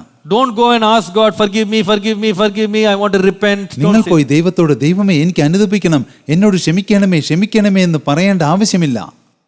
But what does the Bible say? എന്നാൽ വേദപുസ്തകം എന്താണ് പറയുന്നത്? If you come to Revelation 2:5, നിങ്ങൾ വെളിപ്പാട് 2:5 വാക്യം വായിച്ചു നോക്കുകയാണെങ്കിൽ, remember therefore from where you are fallen and repent അവിടെ വചനം വ്യക്തമായി പറയുന്നു, നീ ഏതിൽ നിന്ന് വീണിരിക്കുന്നു എന്നോർത്ത് മാനസാന്തരപ്പെടുക എന്ന്. Revelation 2:16 says it again. വെളിപ്പാട് 2:16 വീണ്ടും അതേ കാര്യം പറയുന്നുണ്ട്. Revelation 2:21-22 says it again. വെളിപ്പാട് 2:21 മുതൽ 22 വരെയുള്ള വാക്യങ്ങളിൽ വീണ്ടും അത് ആവർത്തിക്കുന്നു. Revelation 3:3 again says it. വെളിപ്പാട് 3:3 വീണ്ടും അതേ വാക്യം കാണാം. Repent. മാനസാന്തരപ്പെടുവിൻ. The message of Jesus was repent, for the kingdom of God is at hand. യേശുവിന്റെ പ്രഥമ സന്ദേശം ഇതായിരുന്നു, സ്വർഗരാജ്യം സമീപിച്ചിരിക്കയാൽ നിങ്ങൾ മാനസാന്തരപ്പെടുവിൻ. Hallelujah. Hallelujah. In the last days, അന്ത്യകാലത്ത് I tell you, ഞാൻ പറയട്ടെ, let's hold on to the truth that was delivered to us. നിങ്ങൾക്ക് നൽകപ്പെട്ട സത്യത്തെ നിങ്ങൾ മുറുകെ പിടിച്ചുകൊള്ളുവിൻ. Hallelujah. ഹല്ലേലൂയ. Why? കാരണം These are the days when people will run here and there and listen to what they choose, what they like, what they enjoy, what they want. ജനങ്ങൾ തങ്ങൾക്ക് ഇഷ്ടപ്പെട്ട, തങ്ങൾ തിരഞ്ഞെടുക്കുന്ന, തങ്ങൾക്ക് ആസ്വദിക്കുവാൻ കഴിയുന്ന സന്ദേശങ്ങൾ കേൾക്കുന്നതിന് വേണ്ടി അങ്ങും ഇങ്ങും അലഞ്ഞു തിരിഞ്ഞ് നടക്കുകയാണ്. അവർക്ക് ഇഷ്ടപ്പെട്ട സന്ദേശം മാത്രം കേട്ടാൽ മതി. These are the days when blatantly pastors will say, no need to pray, no need to confess, no need to fast, nothing, just rest. നിങ്ങൾ പ്രാർത്ഥിക്കേണ്ട ആവശ്യമില്ല, പാപം ഏറ്റുപറയേണ്ട കാര്യമില്ല, നിങ്ങൾ ഉപവസിക്കേണ്ടതില്ല, നിങ്ങൾ സ്വസ്ഥമായി ഇരുന്നാൽ മാത്രം മതി എന്നിങ്ങനെ പാസ്റ്റർമാർ പരസ്യമായി പ്രഖ്യാപിക്കുന്ന ഒരു കാലഘട്ടമാണ്. ഈ കാലഘട്ടത്തിലാണ് നമ്മൾ ജീവിക്കുന്നത്. That is not what the Bible says. എന്നാൽ വേദപുസ്തകം അപ്രകാരം In the പറയുന്നില്ല. last days, people will rise up to hear all these nice words, and there will be people who also speak sugar-coated sermons. അന്ത്യകാലത്ത് ഇതുപോലെയുള്ള സന്ദേശങ്ങൾ കേൾക്കുവാൻ ധാരാളം ജനങ്ങൾ വരും. ഇതുപോലെ ജനങ്ങളെ മയക്കുന്ന സന്ദേശങ്ങൾ പ്രസംഗിക്കുന്ന പ്രാസംഗകരും ധാരാളം ഉണ്ടാകും. These are the last days. അതെ, ഇത് അന്ത്യകാലമാണ്. The third sign മൂന്നാമത്തെ that അടയാളം, we are the last days, that will be evident inside the church. സഭയ്ക്കുള്ളിൽ തന്നെ പ്രകടമാകുന്ന അന്ത്യകാലത്തെ മൂന്നാമത്തെ അടയാളം ഇതാണ്. 2 Timothy chapter 3 verse 8-9. 2 തിമോത്തിയോസ് 3:3 മുതൽ 9 വരെയുള്ള വാക്യങ്ങൾ. It says, now as Jannes and Jambres withstood Moses, so do these who resist the truth, men of corrupt minds, reprobate concerning the faith. But they shall proceed no further, for their folly shall be manifest unto all men, and theirs also was. അവിടെ വചനം പറയുന്നു, യാനേസും യംബ്രേസും മോശയോട് എതിർത്ത് നിന്നതുപോലെ തന്നെ ഇവരും സത്യത്തോട് മറുത്തു നിൽക്കുന്നു. ദുർബുദ്ധികളും വിശ്വാസം സംബന്ധിച്ച് കൊള്ളരുതാത്തവരുമത്രേ. അവർ അധികം മുഴക്കയില്ല. മേൽ പറഞ്ഞവരുടെ ബുദ്ധികേട് എല്ലാവർക്കും വെളിപ്പെട്ടതുപോലെ ഇവരുടെ ബുദ്ധികേടും വെളിപ്പെടും. The first sign in the church is contradictory lifestyle. സഭയിൽ കാണപ്പെടുന്ന ഒന്നാമത്തെ അടയാളം മറുത്തു പറയുന്ന, എതിർത്ത് പറയുന്ന ഒരു ജീവിത ശൈലിയാണ്. Second one is the church will choose to listen to what it wants. രണ്ടാമത്തേത് സഭയ്ക്ക് ഇഷ്ടമുള്ള സന്ദേശങ്ങൾ തന്നെ സഭ തിരഞ്ഞെടുക്കുകയും കേൾക്കുകയും ചെയ്യും. The third മൂന്നാമത്തേത് sign in the church will be the church will have challenges of God's servants. സഭകളിൽ കാണപ്പെടുന്ന മൂന്നാമത്തെ അടയാളം ഇതായിരിക്കും, ദൈവദാസന്മാർ എതിർത്ത് സംസാരിക്കുന്നവരായിരിക്കും, അല്ലെങ്കിൽ വെല്ലുവിളികൾ ഉയർത്തുന്നവരായിരിക്കും. Here Apostle Paul writes to Timothy about two people, Jannes and Jambres. ഇവിടെ രണ്ട് വ്യക്തികളെ കുറിച്ചാണ് അപ്പോസ്തലനായ പൗലോസ് തിമോത്തിയോസിന് എഴുതുന്നത്, അതായത് യാനേസിനെ കുറിച്ചും യംബ്രേസിനെ കുറിച്ചും. But these two people are not mentioned anywhere in the Old Testament in regard to Moses. എന്നാൽ മോശയെ സംബന്ധിച്ച കാര്യങ്ങൾ പരിശോധിക്കുമ്പോൾ ഈ രണ്ട് വ്യക്തികളുടെയും പേര് പഴയ നിയമത്തിൽ കാണുന്നില്ല. But historically, research they say that these two people, according to tradition, they say they were actually sorcerers in the palace of Pharaoh. എന്നാൽ ഒരു ചരിത്ര ഗവേഷണത്തിലൂടെ ചരിത്രകാരന്മാർ ഇപ്രകാരം പറയുന്നു, പാരമ്പര്യമനുസരിച്ച് ഇവർ രണ്ടുപേരും ഫറവോ രാജാവിന്റെ കൊട്ടാരത്തിലെ മന്ത്രവാദികൾ ആയിരുന്നത്രേ. They opposed Moses by counterfeiting his miracles and resisting Moses. മോശെ അത്ഭുതങ്ങൾ ചെയ്തപ്പോൾ അവരും അതുപോലെയുള്ള അത്ഭുതങ്ങൾ ചെയ്ത് മോശയോട് എതിർത്ത് നിന്നു. And when the miracles were all over, when the Israelites were delivered from Egypt, they went along with the Israelites, claiming that they are now converted Jews and joined the company towards Canaan. അത്ഭുതങ്ങൾക്കെല്ലാം ശേഷം ഒടുവിൽ Israel മക്കൾ വിടുവിക്കപ്പെട്ടപ്പോൾ ഈ രണ്ടുപേരും ഇസ്രായേൽക്കാരോടുകൂടെ ചേർന്നത്രേ അവർ ഇപ്രകാരം അവകാശപ്പെട്ടു, ഞങ്ങളും യഹൂദന്മാരാണെന്ന് പറഞ്ഞുകൊണ്ട് അവർ കാനാൻ ദേശത്തിലേക്ക് അവരോടൊപ്പം യാത്ര ചെയ്തു. Tradition says, പാരമ്പര്യം പറയുന്നു, in the later days when Moses had gone to Mount Sinai to receive the tablets from God, പിന്നീട് ദൈവത്തിൽ നിന്ന് 10 കൽപ്പനകൾ സ്വീകരിക്കുന്നതിന് വേണ്ടി ദൈവത്തിന്റെ ദാസനായ മോശ സീനായ് മലമുകളിലേക്ക് കയറിപ്പോയപ്പോൾ 40 days, 40 nights. 40 പകലും 40 രാത്രിയും മലമുകളിൽ ചെലവഴിച്ചപ്പോൾ They say these two people subverted the entire Israelite crowd and convinced them to make a golden calf so they can worship the god of the Egyptians again. ഈ രണ്ടു പേരും ചേർന്ന് ഇസ്രായേൽ മക്കളെ വഴിതെറ്റിച്ചു. മാത്രമല്ല Israel മക്കളോട് ഒരു കാളക്കുട്ടിയെ ഉണ്ടാക്കുവാനും പറഞ്ഞു. അവർ കാളക്കുട്ടിയെ ഉണ്ടാക്കി വീണ്ടും മിസ്രയീമിലെ ദൈവങ്ങളെ ആരാധിക്കുവാൻ ആരംഭിച്ചു. They resisted Moses. അതെ, അവർ രണ്ടു പേരും ഒരുമിച്ച് ചേർന്ന് മോശയോട് എതിർത്ത് നിന്നു. And this is going to happen again in the last days. അന്ത്യകാലത്ത് ഇതേ സംഗതികൾ വീണ്ടും സംഭവിക്കുവാൻ പോകുകയാണ്. There will be people who act like politics in church. രാഷ്ട്രീയത്തിൽ എന്ന പോലെ പ്രവർത്തിക്കുന്ന ജനങ്ങൾ സഭകൾക്കുള്ളിൽ ഉണ്ടാകും. They will split churches. Our സഭകളെ വിഭാഗിക്കും. They will make fun of the older generation of pastors. അവർ പഴയ തലമുറയിലുള്ള പാസ്റ്റർമാരെ കളിയാക്കും, പരിഹസിക്കും, നിന്ദിക്കുകയും ചെയ്യും. They make fun of them. പഴയ തലമുറയിലെ പാസ്റ്റർമാരെ പരിഹസിക്കും. There will be a crowd that will rise up and say, we don't need any more pastors. ഞങ്ങൾക്ക് ഇനി പാസ്റ്റർമാരെ ആവശ്യമില്ലെന്ന് പറയുന്ന ഒരു ജനക്കൂട്ടം സഭയിൽ We ഉണ്ടാകും. don't need churches. ഞങ്ങൾക്ക് സഭകളും വേണ്ട. We'll have our church at our own house. ഞങ്ങളുടെ സ്വന്തം വീട്ടിൽ തന്നെ ഞങ്ങൾ സഭകൾ നടത്തും. We will run our own church. ഞങ്ങൾ സ്വന്തം സഭകൾ നടത്തും. We will preach our own sermon. ഞങ്ങൾ ഞങ്ങളുടെ സ്വന്തം സന്ദേശങ്ങൾ പ്രസംഗിക്കുകയും ചെയ്യും. It will go further. നമുക്ക് ഇനിയും അല്പം കൂടി മുന്നോട്ട് പോയി നോക്കാം. In Jude verse 18. യൂദായുടെ ലേഖനം 18 വാക്യം വായിച്ചു നോക്കുവിൻ. In the last time he said, mockers will come who will walk after their own ungodly lusts. അവിടെ അദ്ദേഹം പറയുന്നു, അന്ത്യകാലത്ത് ഭക്തികെട്ട മോഹങ്ങളെ അനുസരിച്ച് നടക്കുന്ന പരിഹാസികൾ ഉണ്ടാകുമെന്ന് വ്യക്തമായി അവിടെ പറയുന്നുണ്ട്. In verse 10 it says, 10 വാക്യത്തിൽ പറയുന്നു, these people will slander what they don't even understand, and the very things they understand by instinct as irrational animals, they will destroy them.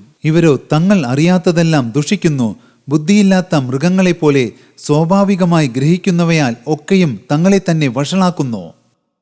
And verse 11, the last part says, 11 അവസാന ഭാഗം പറയുന്നു, they have been destroyed by the rebellion of Korah.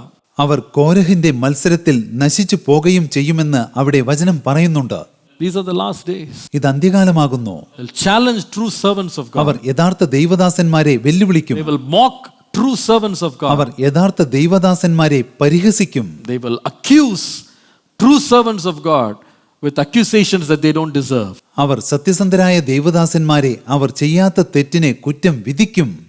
The church is going through the last days. സഭകൾ അന്ത്യകാലത്തിലൂടെ കടന്നു പോകുകയാണ്. We as a church, we as believers, നമ്മൾ സഭയെന്ന നിലയിൽ, വിശ്വാസികൾ എന്ന നിലയിൽ we need to be warned of these things. ഇത്തരം മുന്നറിയിപ്പുകളെ കണക്കിലെടുത്ത് ജാഗ്രതയോടിരിക്കണം. The coming of the Lord is drawing very near. കർത്താവിന്റെ വരവ് വളരെ വളരെ അടുത്തിരിക്കുകയാണ്.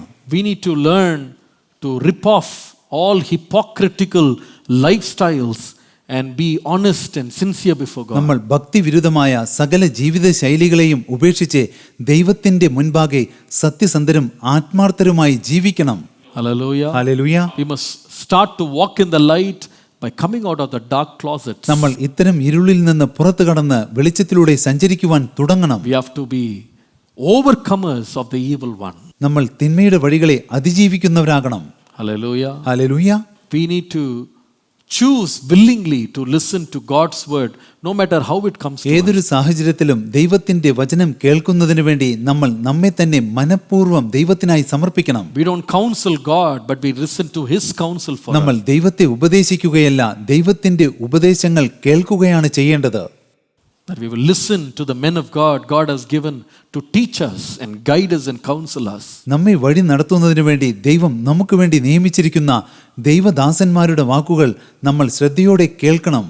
When I spoke about the 3 dangerous signs in the last days in the church, ഞാൻ അന്ത്യകാലത്തെ അപകടകരമായ 3 അടയാളങ്ങളെക്കുറിച്ച് സംസാരിച്ചപ്പോൾ there are 3 things I should not miss mentioning. ഇനി 3 കാര്യങ്ങൾ കൂടിയുണ്ട്. അത് ഞാൻ ഒരിക്കലും വിട്ടുപോകുവാൻ ഇടവരരുത്. What are the 3 things that will happen as a blessing in the last days for the church? അന്ത്യകാലത്ത് ഒരു അനുഗ്രഹമെന്ന നിലയിൽ സഭയിൽ സംഭവിക്കുന്ന 3 കാര്യങ്ങൾ എന്തെല്ലാമാണ്? Number 1. ഒന്നാമത്തേത്, In the last days, അന്ത്യകാലത്ത് there will be a mighty outpouring of the Holy Spirit on the church.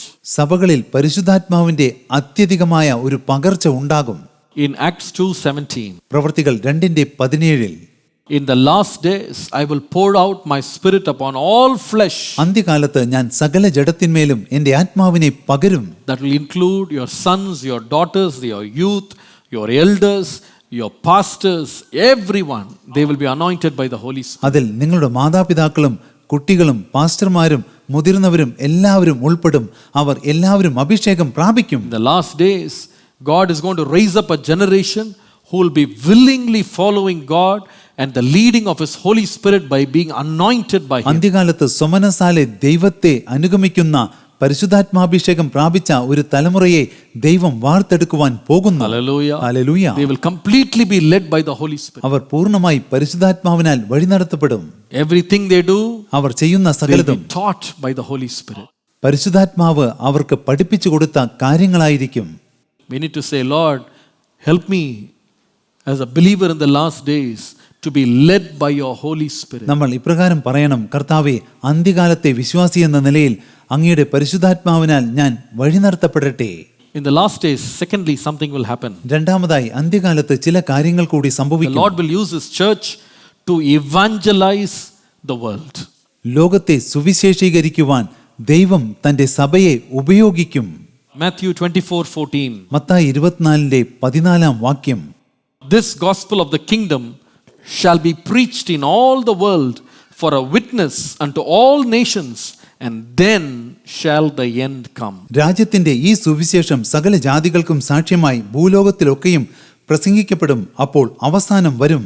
Before the end will come, അവസാനം വരുന്നതിന് മുൻപ് the gospel will be preached. സുവിശേഷം ഭൂലോകമെമ്പാടും To പ്രസംഗിക്കപ്പെടും. whom is this job of preaching the gospel given? ഈ സുവിശേഷ പ്രഘോഷണം ആർക്കാണ് നൽകപ്പെടുക? It was not given to angels. അത് ദൂതന്മാർക്കല്ല, It was given to God's disciples. ദൈവത്തിന്റെ ശിഷ്യന്മാർക്കാണ് നൽകപ്പെട്ടത്. Hallelujah. Hallelujah. We are the disciples of Jesus. നമ്മൾ യേശുവിന്റെ ശിഷ്യന്മാരാണ്. How many of you believe that? എത്ര പേർ അത് വിശ്വസിക്കുന്നുണ്ട്? So when the Lord says the gospel will be preached in the end of the world, He has entrusted us the job of taking the gospel to the end of the world. സുവിശേഷം ഭൂലോകമെങ്ങും പ്രസംഗിക്കപ്പെടുമെന്ന് ദൈവം പറയുമ്പോൾ ആ ദൗത്യം ദൈവം നമ്മെ ഓരോരുത്തരെയുമാണ് ഭരമേൽപ്പിച്ചിരിക്കുന്നത്. As we are in the last days, നമ്മൾ അന്ത്യകാലത്താണ്. wherever we are, നമ്മൾ എവിടെയാണെങ്കിലും be an evangelist and preach the good news of the gospel of Jesus Christ. ഒരു സുവിശേഷകൻ എന്ന നിലയിൽ ക്രിസ്തുവിന്റെ സുവിശേഷം നമ്മൾ എല്ലായിടത്തും പ്രഘോഷിക്കണം. In your school, in your college, among your friends, co-workers, relatives, neighbors, wherever you are, be an evangelist. നിങ്ങൾ സ്കൂളിലാണെങ്കിലും കോളേജിലാണെങ്കിലും കൂട്ടുകാരുടെ ഇടയിലാണെങ്കിലും അയൽവാസികളുടെ ഇടയിലാണെങ്കിലും നിങ്ങൾ എവിടെയാണെങ്കിലും ക്രിസ്തുവിന്റെ സുവിശേഷകരായിരിപ്പിൻ. The days are few. അതെ, ഇനിയും കാലം ഏറെയില്ല. As many as I can, എൻ്റെ കഴിവിൻ്റെ പരമാവധി I will go and preach the good news of Jesus. ഞാൻ പോയി ക്രിസ്തുവിന്റെ സുവിശേഷം പ്രഘോഷിക്കും. Hallelujah. Hallelujah. In the last days, as you come to church, അന്ത്യകാലത്ത് നിങ്ങൾ സഭയിലേക്ക് വരുമ്പോൾ don't just come by yourself. നിങ്ങൾ ഒറ്റയ്ക്കല്ല സഭയിലേക്ക് വരേണ്ടത്. Try to bring new souls into the church. പുതിയ ആത്മാക്കളെ സഭയിലേക്ക് കൂട്ടിക്കൊണ്ടുവരുവാൻ ശ്രമിക്കുവിൻ. Speak about them throughout the week.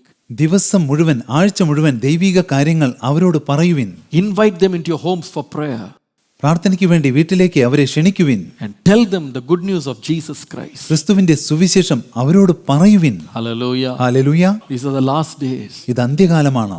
Whenever there is an opportunity for ministry, ശുശ്രൂഷയ്ക്ക് ഒരു അവസരം ലഭിക്കുമ്പോഴെല്ലാം run there and be part of that. നിങ്ങൾ ഓടിച്ചെന്ന് അതിൽ പങ്കാളികളാകുവിൻ. Hallelujah. Hallelujah. Sometimes you can be working with small children, taking Sunday school once a week. ചിലപ്പോൾ കുട്ടികളോടൊപ്പം നിങ്ങൾക്ക് പ്രവർത്തിക്കുവാൻ കഴിയും, അവർക്ക് സൺഡേ സ്കൂൾ പാഠങ്ങൾ എടുത്തുകൊണ്ട്. In your area, collecting 10 children, speaking about Jesus to them. നിങ്ങളുടെ പ്രദേശങ്ങളിൽ 10 കുട്ടികളെ നിങ്ങൾ കൂട്ടിക്കൊണ്ടുവരുവിൻ, അവരോട് യേശു ക്രിസ്തുവിനെ കുറിച്ച് പറയുവിൻ. Do the work of an evangelist. ഒരു സുവിശേഷകന്റെ വേല ചെയ്യുവിൻ. Hallelujah. Hallelujah. The last thing, അവസാനത്തെ കാര്യം, the third one, മൂന്നാമത്തെ കാര്യം, Matthew 24:9-10. മത്തായി 24:9 മുതൽ 10 വരെയുള്ള വാക്യങ്ങൾ. This will happen in the church in the last days. ഇത് അന്ത്യകാലത്ത് സഭകളിൽ സംഭവിക്കും. And they will deliver you up to be afflicted and shall kill you, and you will be hated of all nations for my name's sake.